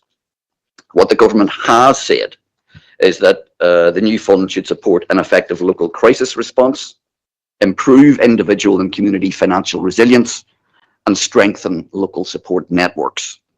Southwark Council will set out detailed plans for future cost of living support in the new year when more details are known, but we do expect to see an even greater emphasis placed on prevention and resilience building over the period. That's the summary. Happy to take any questions. Great. Thank you very much. And just to say, we mentioned before about the statement today on homelessness support, so that might impact on this as well in some way. Indeed, and I mean there were other announcements in the budget, which indicate that when it comes to the cost of living, the government is going to be doing more of the heavy lifting. So clearly, a particularly welcome announcement was the ending of the two-child limit, which we know will affect more than 8,000 children in Southwark, based on the data from April of this year. And we've seen a raft of other measures announced in last week's child poverty strategy, which will do the same. So, between what the central government's doing and what the council will do, clearly that we expect to see a continued significant effort around tackling the cost of living over the next few years. Good. And just going back to our conversation before about areas of deprivation, this map quite clearly demonstrates where it is. It's the centre of the borough and the north central section to the most deprived. Just one point I wanted to raise. You talked about school meals, etc. Now that just goes to those children who are Southwark residents attending Southwark schools, doesn't it? Any child attending a Southwark school who's eligible for statutory free school meals is eligible for holiday free school meals. So Southwark children attending Lewisham or Lambeth schools, they wouldn't receive this. Well, actually, I mean, one of the positives around holiday free school meals is that our neighbouring authorities do reciprocate. So as children attending schools in Southwark who live in Lewisham or Lambeth can expect to get support through our fund, we provide that confident in the knowledge that Lewisham and Lambeth councils are doing the same. And presumably their schools would inform the parents there that this is available. Absolutely. The communication from schools has been excellent. Okay, so I've had a couple of members indicate. I've got Councillor Seaton and Councillor Livingston. Just a quick initial question. The Crisis and Resilience Fund, is that new money or is it a fund that is a rebadging of earlier initiatives? To some extent, it's rebadging. The Crisis and Resilience Fund replaces a household support fund that was introduced under the previous government back in the Household Support Fund. However, what distinguishes the Crisis and Resilience Fund from its predecessor and makes it particularly welcome is that unlike the Household Support Fund, which has gone through no fewer than 7 iterations since it was first created just 4 years ago, The Crisis and Resilience Fund is guaranteed ring-fence funding for 3 years. It's no longer being provided in 6-month tranches as the Household Support Fund, which made it really difficult for councils to plan, and there was never any certainty about whether the current edition would be the last one, and generally announcements were only made at the 11th hour to confirm that the fund would continue. Okay, Councillor Livingston. Does any other member want to? Yeah, I just want, I wanted to, oh, did you want, oh, I was just saying it's good. Excellent. oh, good. Oh, yeah. Just on the point that you made around pension credit. So I think the government put up some piece of work in, I think it was October. The Pensions Minister, Torsten Bell, mentioned the discrepancy between the take-up of pension credit across the country, where on average about 60 to 70% of those in London take up pension credit. Still 30% are not taking out pension credit where they deserve it, and they're eligible to do so. It'd be good to understand from your perspective what that balance looks like in Southwark, and is it kind of in line with what we're seeing in London more broadly? Is it more in line with what we're seeing in the Midlands, where about 50 to 60% of people are taking out? I think the council can rightly claim the work it's done on pension credit take-up was among its proudest achievements during the period of the cost of living crisis. The latest data suggests, I mean, we've made huge progress in addressing that issue, which is kind of well recognised, of underclaiming of pension credit, to the point where 1 in 3 of all Southwark pensioners now receive pension credit. That compares with 1 in 8 for England as a whole, and just 1 in 5 for London. So that's a continuing effort. We've run campaigns over the last few winters as part of our cost of living response. We'll be doing that again this winter, because it's a never-ending challenge as more people reach the age of 66 and become eligible, or 67 from next year, state retirement age, state pension age, I should say. And obviously, we expect to see our population just generally age in the coming years. But those issues of deprivation won't have gone away. So ensuring that more of our low-income pension age residents get pension credit will continue to be hugely important in the future. Are you able to tell me how you're working with some of our partners like the NHS, the multiple health agencies that people would interact with here in Southwark, whether it's Guy's, St Thomas's, Maudsley, King's College London? How are we engaging with them around, I guess, exposing people more to the information around pension credits, where older people are more and more likely to interact with our health services? I mean, the campaigns that we've run have taken multiple forms. One of them is ensuring that information about pension credit, that we develop through the campaign, is available in the kind of places you're talking about. So pharmacies, primary care, GPs practices, because we know, let's put the publicity where the target audience is likely to see it, and the target audience is older people who are much more likely to present it. Primary care settings, use pharmacies, libraries, and other public services of that kind. Just to say as well, we've got well-established referral mechanisms into local supports who actively aim to support residents through things like take-up campaigns and pension credit, attendance allowance, etc. Just to clarify, based on what you said, so 1 in 3 people who are eligible to take up pension credit are taking it up? No, 1 in 3 of all pensioners. 1 in 3 of all pensioners, so 33%? Of all pensioners, pensioners. Compared with, like I say, it's a word we're using a lot, relative. So compared with 1 in 8 pensioners in Great Britain as a whole, and 1 in 5 in London. Interesting. So that means the government figures are wrong then, because they said that in London there was about 60 to 70% of all pensioners who were eligible to take it up had been taking it up. So we're tracking below that or above that? Oh, we're tracking well above. Interesting. Okay. Well above. Are we?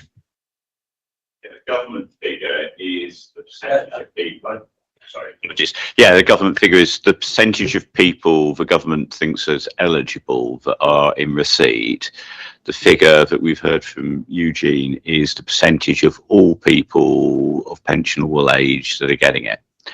So do we actually have any idea about how many people might be eligible in Southwark? Or is that not a figure we would hold?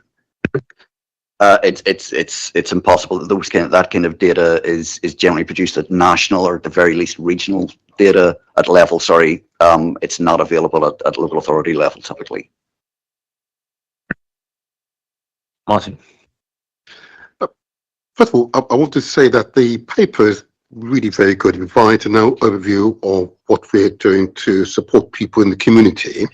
But it doesn't provide an initial economic outlook. It's, what do we do? What is the cost of living in Southwark?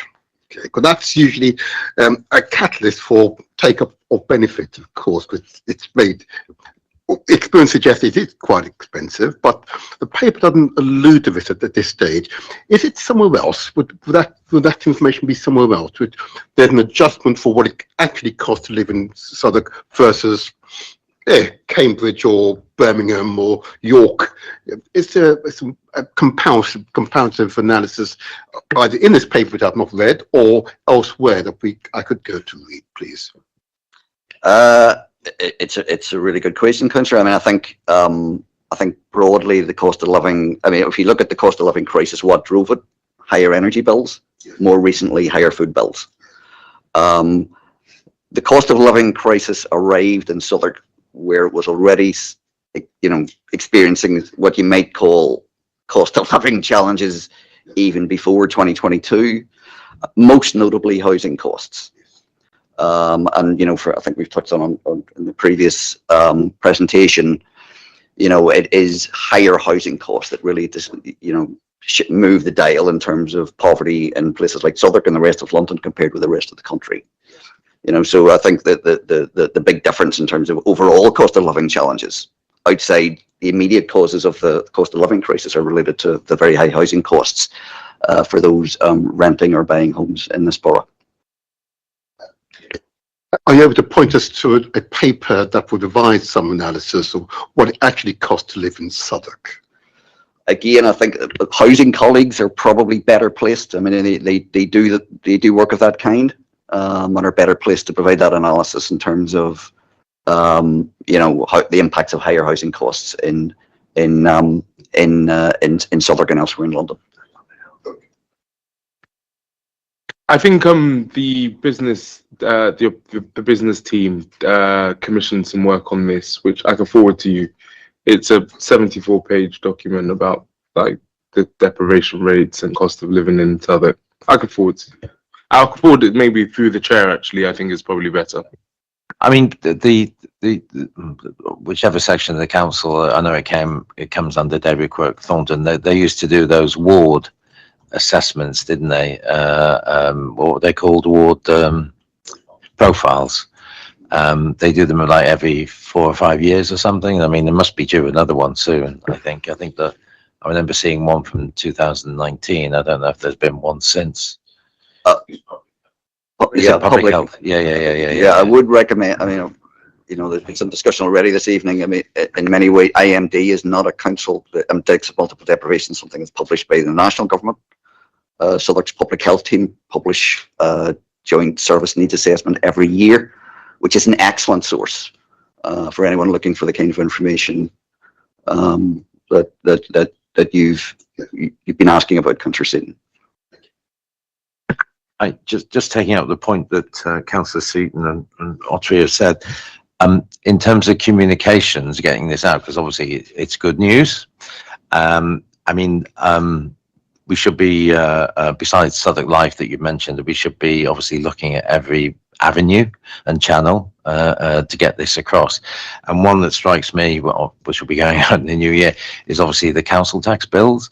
And so it'd be very useful if we had that information included with the council tax bills, because that will reach a large proportion of the residents in the borough, and probably some of those pensioners that are yet to claim as well.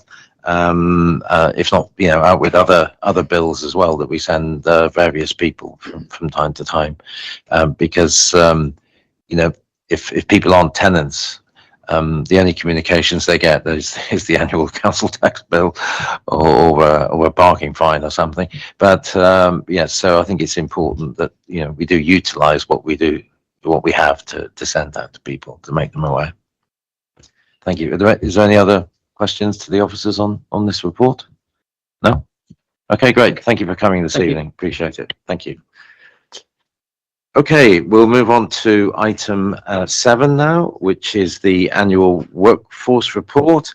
And we have Ben Plant here, the Director of People and Organisational Development, who's going to make a presentation on the report, which is on page 59.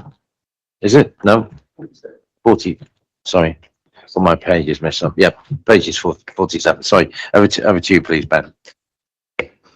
Thank you. Good evening. So as just referenced, what you've got in front of you is the annual workforce profile for the financial year 2024-25. As you'll have seen from the covering report, the purpose of the profile is to provide high-level insight into the council's workforce against a range of key metrics that cover matters such as the size of the council's workforce, sickness absence, turnover, and the use of agency workers. You'd be pleased to know I'm not planning to go through it sort of page by page and talk you through every single indicator. We do love that, but I'm obviously very, very happy to take questions. As you'll see in general terms for each of the indicators, what we've tried to do is show the 5-year trend for Southwark, so what the data's been like for the last 5 years, and then comparisons to the London average where that is available to us, which it is for many indicators via a sort of benchmarking arrangement operated by London councils, and that's how we're able to access the data that we report on for Southwark's workforce. We can see for all of the other local authorities in London, and that helps us to understand how the composition and changing characteristics of our workforce compare to others. So the data is all set out in the report itself. Hopefully it is very clear. We've certainly worked to improve the presentation of the data compared to when this profile has been published in previous years. So I hope you found it sort of appropriate and easy to understand and engage with. And yeah, I'm very happy to take the questions that you have. That's lovely. Thank you very much. I've got Councillor Livingston. Thank you. Yeah, I've got 2 questions. And the first one is, it's interesting. I mean, first of all, I agree that actually these are very clear. So thank you very much. I think it's very easy to understand. The very first one, I mean, given everything that we've just been talking about through at the beginning of this meeting about the cost pressures on the council, I guess I was a little surprised to see an increase in council staff to such an extent here. And I'm seeing that. I did look back at the agency figures. The agency figures don't appear to come down either. So it does suggest that even if you took those 400 extra staff in leisure out, that there's sort of a creep up in numbers, which struck me as sort of quite strange given the sort of financial constraints we're under. So really just to understand that a little bit more. And the second one was catching slightly a bit of a surprise, and perhaps I ought to have known this before, but I was particularly interested in the stat about the number of people that left the council in their first year of employment. And it's good to see the introduction of the exit interviews. I was a little surprised to see we weren't doing that before, because that feels like it ought to be relatively common practice. So yeah, just to understand a little bit more about, has that been piloted? Has there been any early observations out of that as well? Because that feels to me as if it's sort of a key issue to look at. So thank you. So in relation to the first question around the size of the workforce, I mean, the first point I would make is to share the observation that we do have a large workforce at Southwark, and that workforce has grown in size. I do think when you look at the, if you're looking at size of the workforce headcount, the first indicator, it is useful to look at it alongside the second indicator where we look at the size of the workforce as measured by the full-time equivalent measure, because you can see there when we look at the full-time equivalent measure, it's not going up at the same rate. And what you'll see, particularly since we insourced the leisure centres, there's a lot of part-time working that occurs in leisure centres. If you think about things like sessional work, people that are coming to teach a class, for example, rather than working on a 36-hour-a-week contract. The numbers have increased as a result of that. There has been a slight decrease in the use of agency workers, and some of that is attributable to recruiting more permanent staff in their place, but it's not significant at this stage. So I wouldn't want to over egg it currently, although certainly the direction of travel we intend to pursue is further reducing the use of agency workers by recruiting more permanent staff where we have roles that are occupied by agency workers.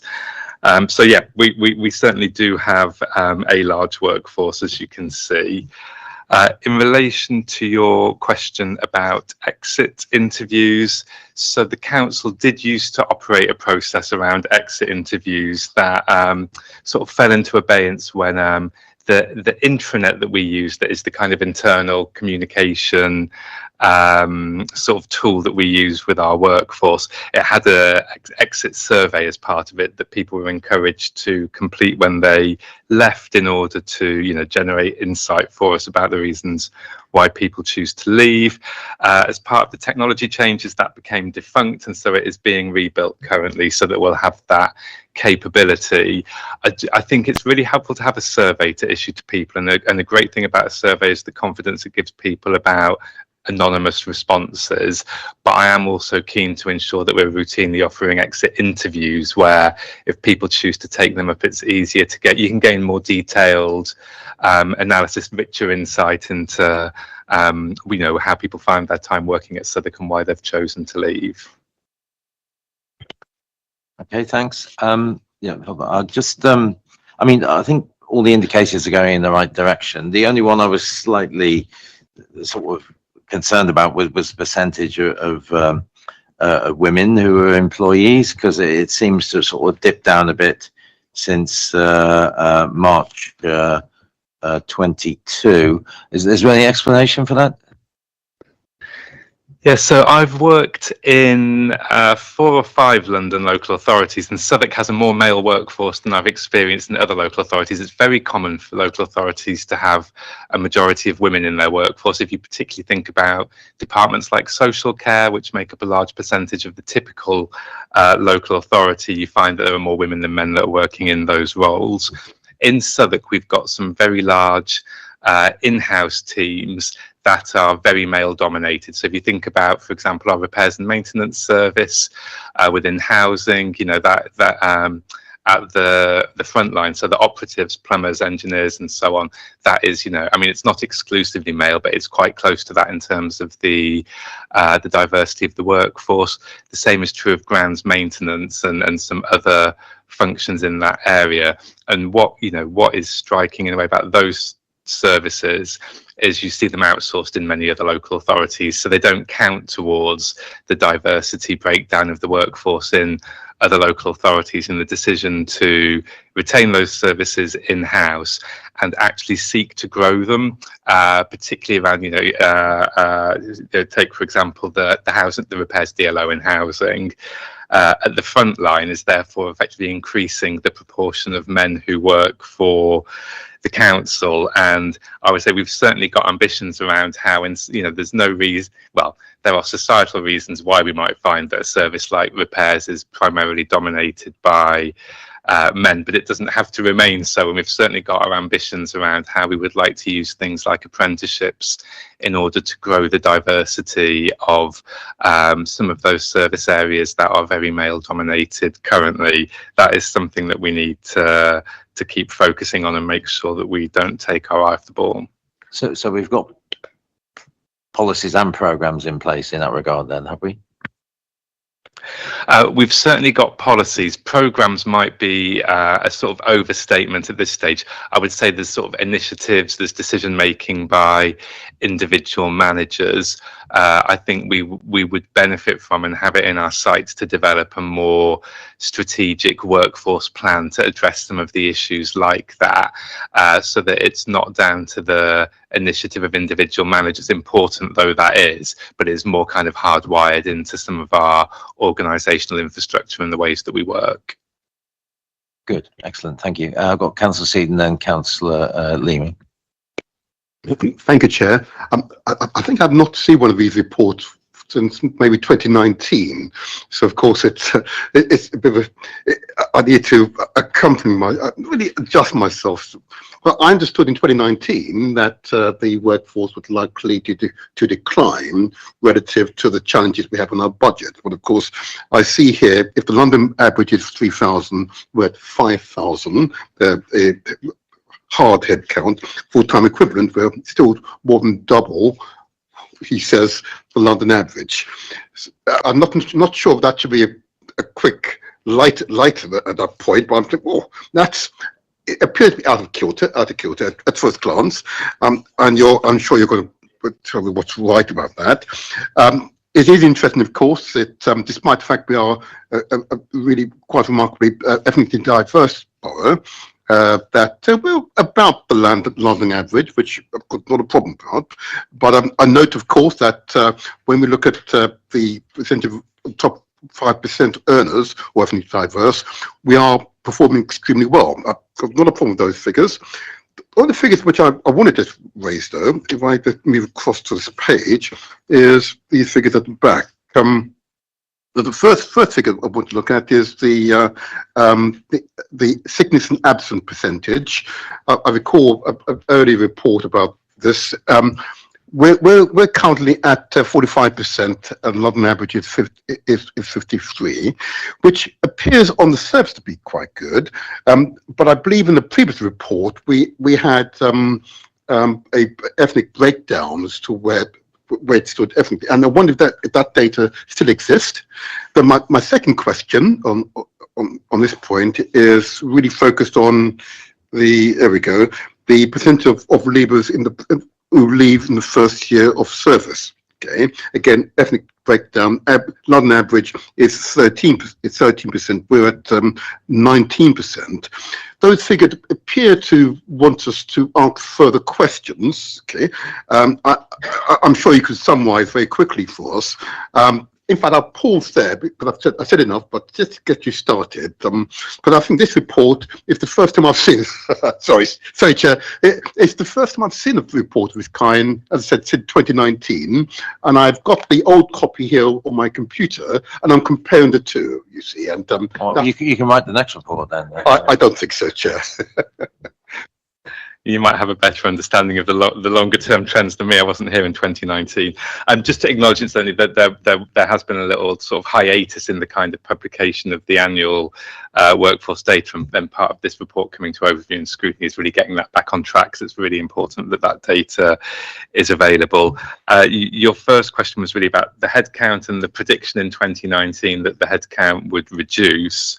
The most significant change since then has been the insourcing of leisure centres, which I think wouldn't have necessarily been known of or decided back in 2019, and that brought over 400 employees into the council's workforce. But much like the assumptions that were shared with you in 2019, when you reflect on the presentation that Clive and Tim have brought to this particular meeting this evening, my assumption would be that over the coming years there will be a reduction in the size of the workforce, given the financial challenges that have been outlined earlier on in today's meeting. In relation to sickness absence data, you're quite right that we are able to report that by ethnicity. I don't have that data with me this evening, but I'd be happy to circulate something separately if that is useful and of interest to highlight whether there are any trends. In very broad terms, the trend that I know you would see is sickness absence is highest on the front line. If you think about a role like mine, for example, if I'm not feeling too great, I could work from home, but somebody who is working on the front line, they've got, they're either in work working or they're going to be off sick. And because we've got the greatest levels of ethnic diversity in our workforce on the front line, I'm confident you would then see reflected in the sickness absence statistics more ethnic representation. And then similarly, in relation to the percentage of leavers in the previous year with less than 1 year of service, that absolutely is data that we can break down by ethnicity. I don't have that to hand. When you look at leavers as a whole, so people who choose to leave the council, the broad ethnic profile of leavers reflects the broad ethnic profile of the workforce. So at that kind of global level, there's nothing that immediately looks concerning in the data. I will have a little look at it in relation to the ethnicity of leavers who leave within 1 year of service. So, sorry, just on that point, I mean, obviously looking at number 12, the sickness absence, I mean, there's a huge increase from 21 to 22, which has only increased since then. So, and I know the report says there is a focus on the long-term sickness absence. I mean, that's more than a 10% increase, which is a huge increase considering the number of people that we employ. And relating to Martin's point, not just about the normal protected characteristics, I think it would be very useful to get a departmental breakdown, because then we'd be able to see if there's particular issues in particular departments, and even on a service level basis within the departments. We alluded to that in relation to women, and the data must be there. And so I think a fuller report which gives that breakdown would be extremely useful for members. Sorry, Councillor Leeming now. Well, you're just taking the wind out of my sails there, Councillor Wingfield, because I mean, I had seen those figures and it struck me as being quite alarming. So I mean, I second Councillor Wingfield's request for a report on that. And I mean, I wondered if we are carrying out any due diligence on why certain, whether this is lots of people taking a few days or whether this is a few people taking a lot of days. Would be interesting to find that out as well. And if the latter, well, if the former, what are we doing to manage this? And if the latter, what's up with those people and what are we doing to try and bring them back to work? I also had a separate point which you did touch on, and that was around apprentices. I wanted to, because I know we are doing innovative work there, but what I wanted to ask about was apprentices in the context of people living locally, because one would have suspected if we are bringing apprentices in, they will be Southwark employees. And I mean, I think in many ways it's probably good to try and get a higher proportion of people who work locally, who live locally, working for us. For all sorts of reasons, not least because it stops people having to travel a long way around London or in from out of London. So could you dig in a bit to what we're doing on apprentices to boost the local workforce?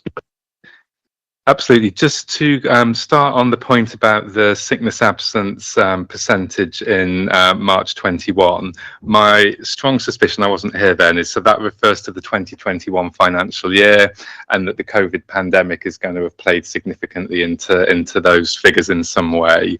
But I will have a little further look at that and see what I can identify. In relation, should it not have gone down after COVID? Well, you may well hope so. In relation to, is this a large number of people taking a small number of days?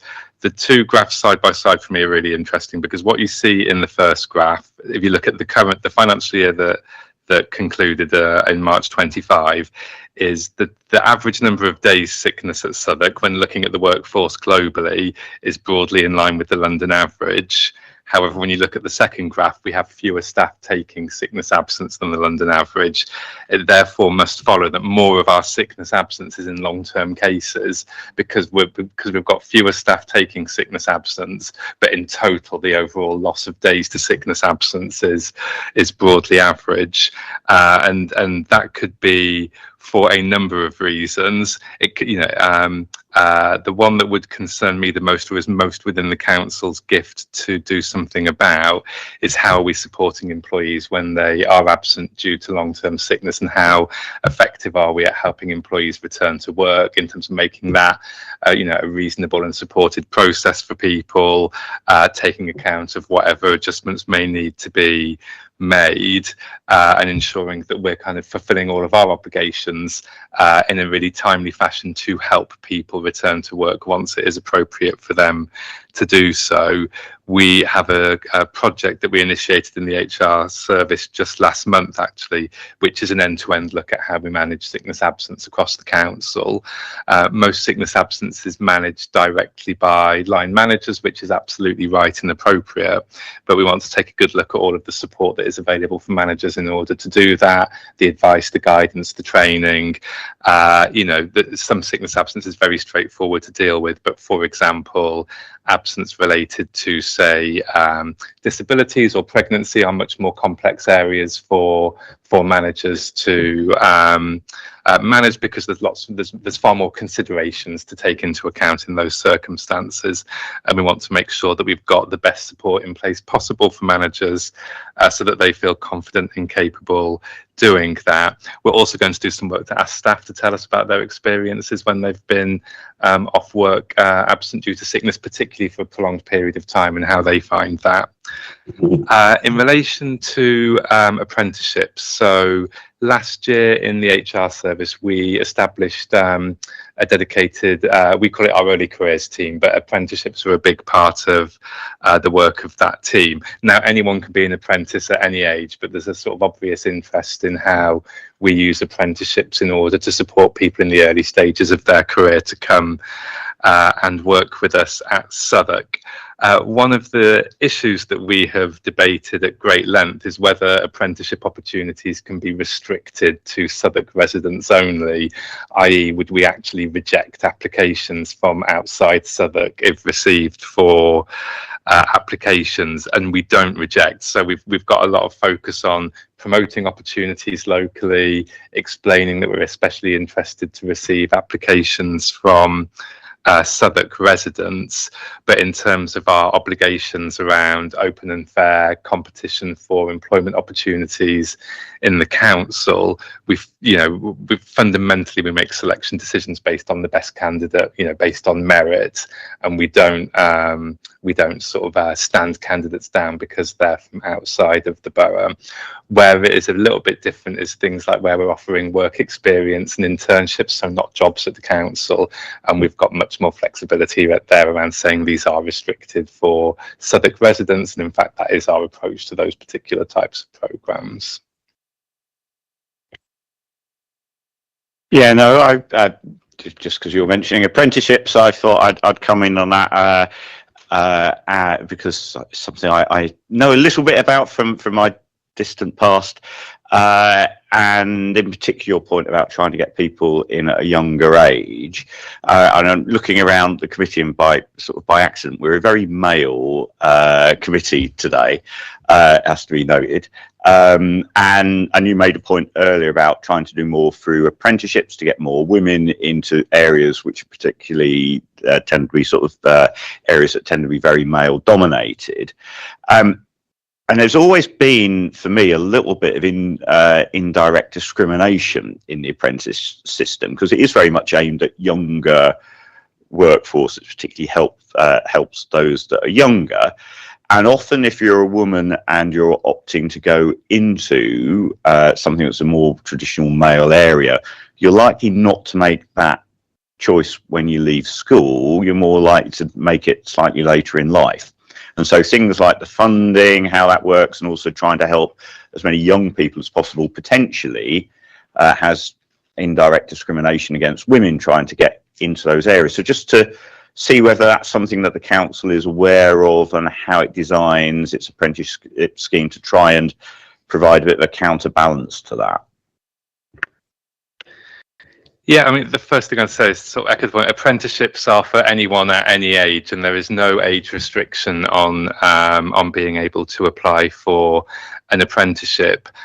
In February, it will be National Apprenticeship Week, and the theme this year, set nationally, is Skills for Life, which is really wanting to talk about the fact that yeah, anyone at any age can do an apprenticeship. And actually, if you already work for us, you can study for an apprenticeship as a means of upskilling and learning a sort of new professional discipline. And we have staff at the council who do that. Particularly, we've used that a lot in relation to skills around data literacy and digital, where we've had a significant number of existing council employees, sort of very representative actually of the workforce as a whole, studying for apprenticeships around data and digital skills in order to be able to further develop their careers.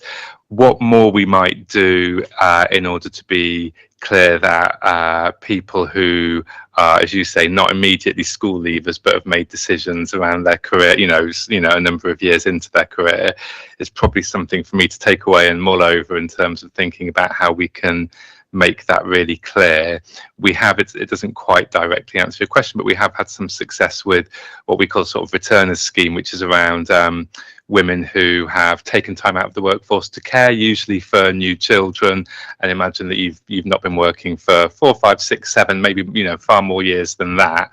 And there's really interesting work that has been done, and I'm very keen we continue to look at, which is how do we make sure that we're both appealing to women who are looking to return to the workforce at that stage, but also recognising there's like huge talent there for the council to access, but important considerations for the organisation in terms of the support that we put in place in order to help people do that. We have a great offer around things like work-life balance and flexible working, which actually could be a sort of particularly when we compare ourselves to some private sector organisations, can be a really unique selling point to attract people to apply for hard to fill roles in the council.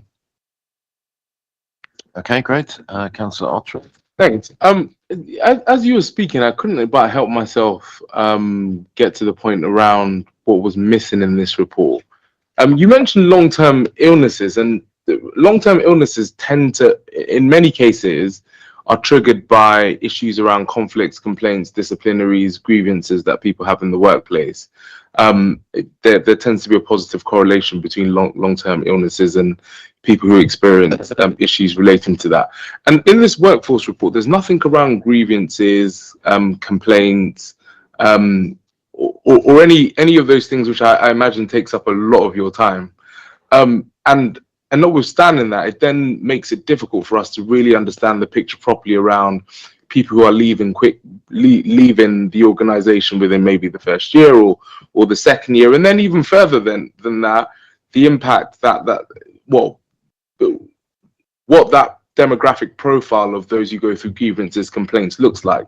So, for example, I know in one of our large NHS trusts, 95% of all grievances and complaints and disciplinary processes are those from Black, Asian, minority ethnic communities. So I'm just quite curious, why is that information left out? Is there more that we should be looking at? Happy to answer that. So just very briefly, the most common reason for sickness absence at the council is musculoskeletal conditions. So when we look at absence types, when we look at absence by sickness type, that is the most common reason.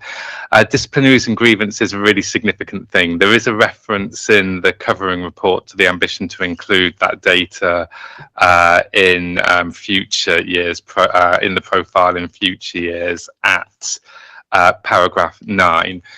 Where we are in relation to reporting around things like grievances and disciplinaries is we don't use any IT systems to support that process. So that's all operated manually.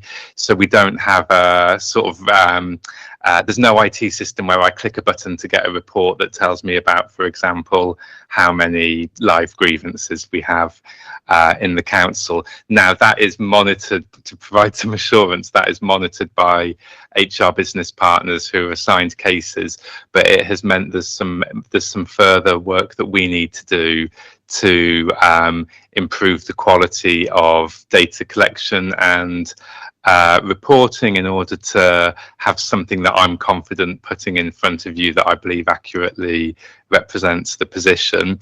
You're quite right to say, in general, across the country, ethnically diverse employees are overrepresented in formal HR processes, so disciplinaries and grievances in particular.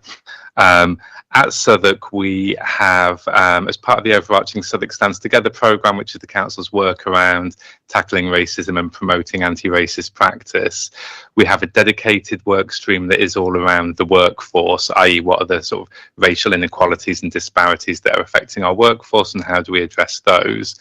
And that includes a specific plan around grievances and disciplinaries.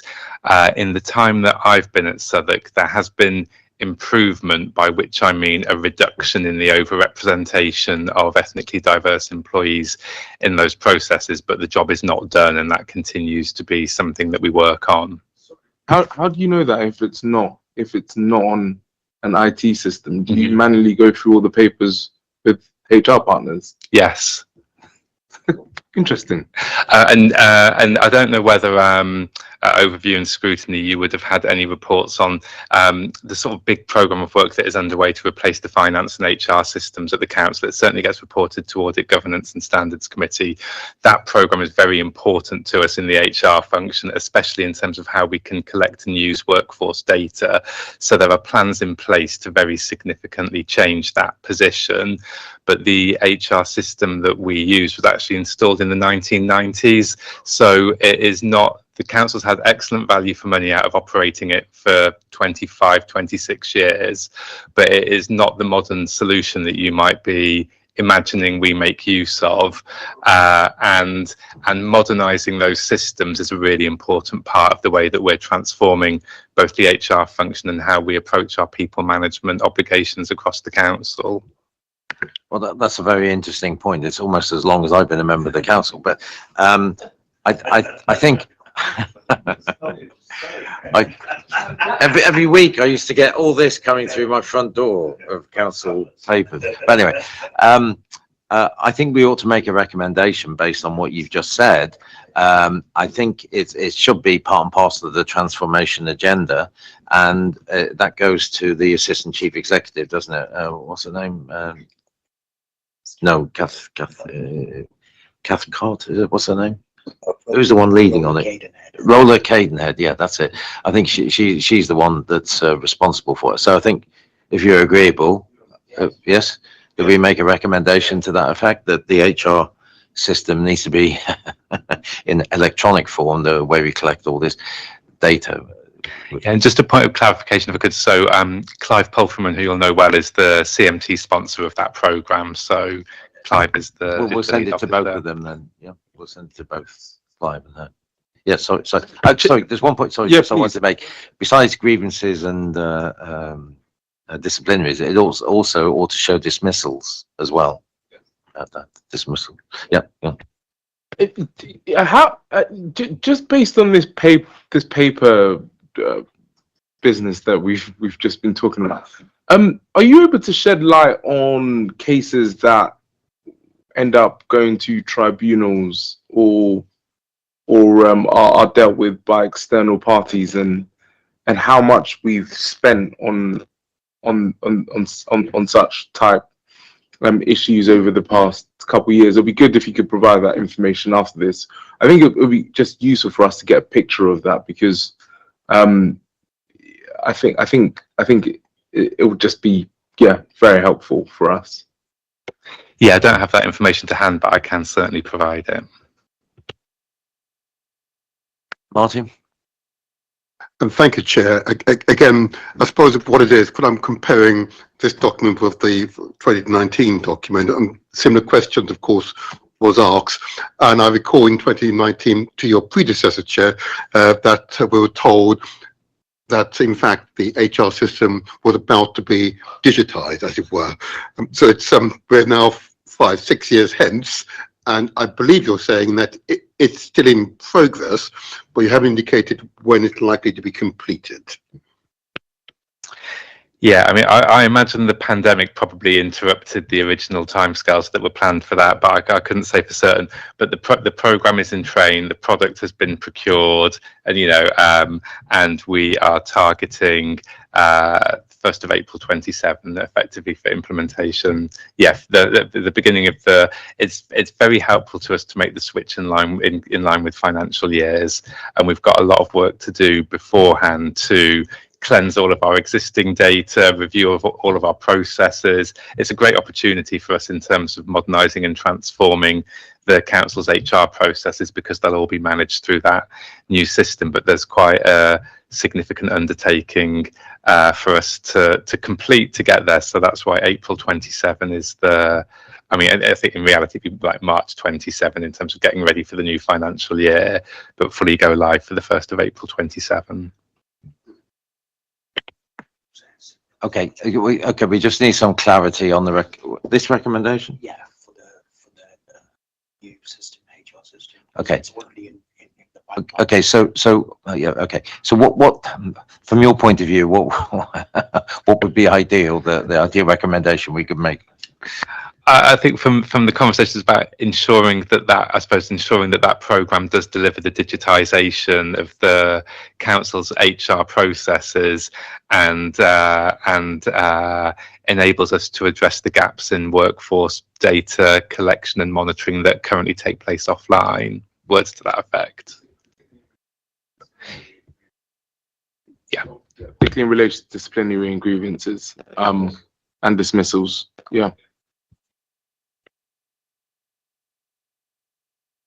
It was my experience when I had the housing cabinet brief that there were some longer term health cases, with people with cancer and stuff like that. But it wasn't all. No. Just for the record, the point I was making was that there tends to be a positive correlation between those who are long-term sickness and are going through either a grievance, they're about to be dismissed, or they've gone through a disciplinary process. So I wasn't saying it's just the majority. I'm sure you wanted to qualify that. Now, just looking at coming back to the sickness absence again. I mean, in a way, I think there should be additional indicators, and what I'm thinking of, especially since the pandemic, probably they're all related. They're all related to one another, but I think there's a sort of, I don't know how to phrase this, but it's either time at work or time off work. I think that would be, because obviously it's not just sickness that people are away from work. It could be obviously that they get their holidays, etc. But it could be they're on training courses, going to conferences, all sorts of leave, union meetings, dare I say it, all sorts of things that they go to and they're not at work. And then also, obviously, since the pandemic, we've seen the growth of home working as well. And it'd be interesting to see how many people are actually physically at council premises and working from home as well. I think we have to adapt to the modern world, and we need, that information as well. Okay, is there any other questions or points? Yes, Councillor Seaton. Just very quickly, just to be clear, so the Audit and Governance Committee, the stats on disciplinary and related matters are being reported there. And if it's not, I would have thought that is a serious gap in our ability to oversight the operation of the council. So just to clarify, it's the delivery of that transformation program and the new HR system that has gone to Audit, Governance and Standards Committee. We haven't presented any data on disciplinaries or grievances to that committee. The intention would be that the next version of this annual profile will include the data that you're referring to in relation to disciplinaries and grievances, and in fact, some of the other topics that have been or sort of features of the employment process that have been referenced this evening. So whilst you can't see that data in this report, you will see it in future iterations of this report. Lastly, Chair, I want to keep on this point, because it seems to be such an serious one.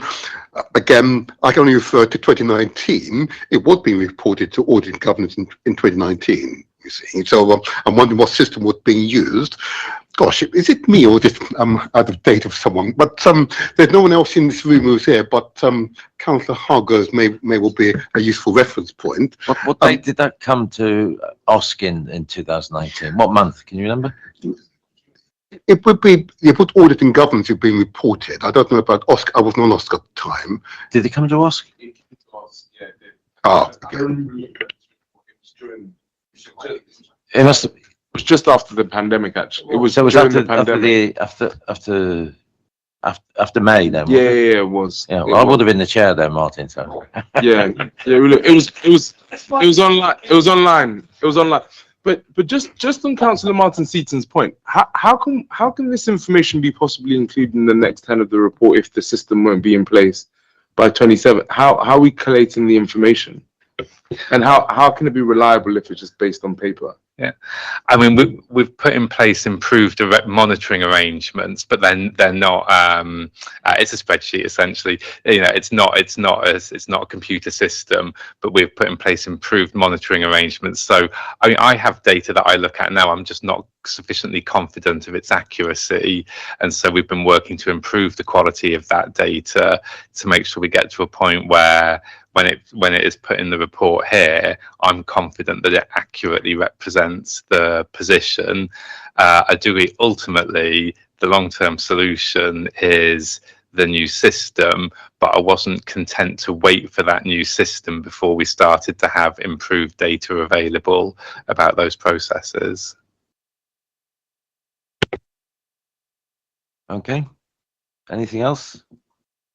I mean, I'm sorry we've laboured the report this evening, but obviously, as Martin says, we've not really seen it for 7 years, so you can understand why we've got so many questions and observations to make on it. So I know it might be sort of licking our finger and putting it up in the air, but when do you think we'll be able to get a fuller report back? I mean, it mightn't be this side of May, but will we get it sometime next year? I mean, what do you think? Definitely next year. And then in terms of the timing, the critical issue is, I suppose, is how important you think the benchmarking data is, because most of the data in this report, the Southwark data, I could have reported quite quickly after the end of the 24-25 financial year, say within the following quarter, but we wouldn't have had the benchmarking data for the other London councils. That becomes available to us in the autumn, which is what has sort of dictated the presentation, the sort of timing of the presentation of the report. So I'd be very keen for it to continue coming to the committee annually. Now it's been re-established, and I suppose there's a question to the committee as to, would you like it earlier without the most recent benchmarking data each year, or a couple of quarters later but with the benchmarking data included? I think we probably want both, to be honest with you. I mean, I think it would be good to get an indication of what's going on in Southwark as quickly as possible, and then to do the comparative analysis later in the year. Yeah. So if that's possible. Yeah, I mean, this is this sort of high level view that you've got here. We're aiming to make sure that data about our workforce is used and reported much more as part of day-to-day business within the council. So, it has become an easier task to be able to generate reports like this, because there are similar management information reports being used in the council. So if you would like it earlier, then that is certainly achievable. I mean, my recollection, and Councillor Livingston was mentioning it before, but we used to have a fairly centralised, didn't we, sort of personnel HR section in the council, and then it was devolved out to the departments. Is that still the case? No, it's all back together. It's all back together. Well, thank God for thank goodness for that. So, are there any other questions or no observations? No. Well, thanks, Ben. Appreciate your time. Thank you very much. Cheers. Hey, members, we've got one final item, which is the work programme, obviously for the meetings coming up in January and March in particular. Any observations, or can we just note that? Note? Okay. Thank you. And that's it. The meeting's over. So thank you all for coming, and thanks for your patience. Cheers. And wish you all a Merry Christmas and a Happy New Year. And happy Christmas to you too, Councillor Winfield.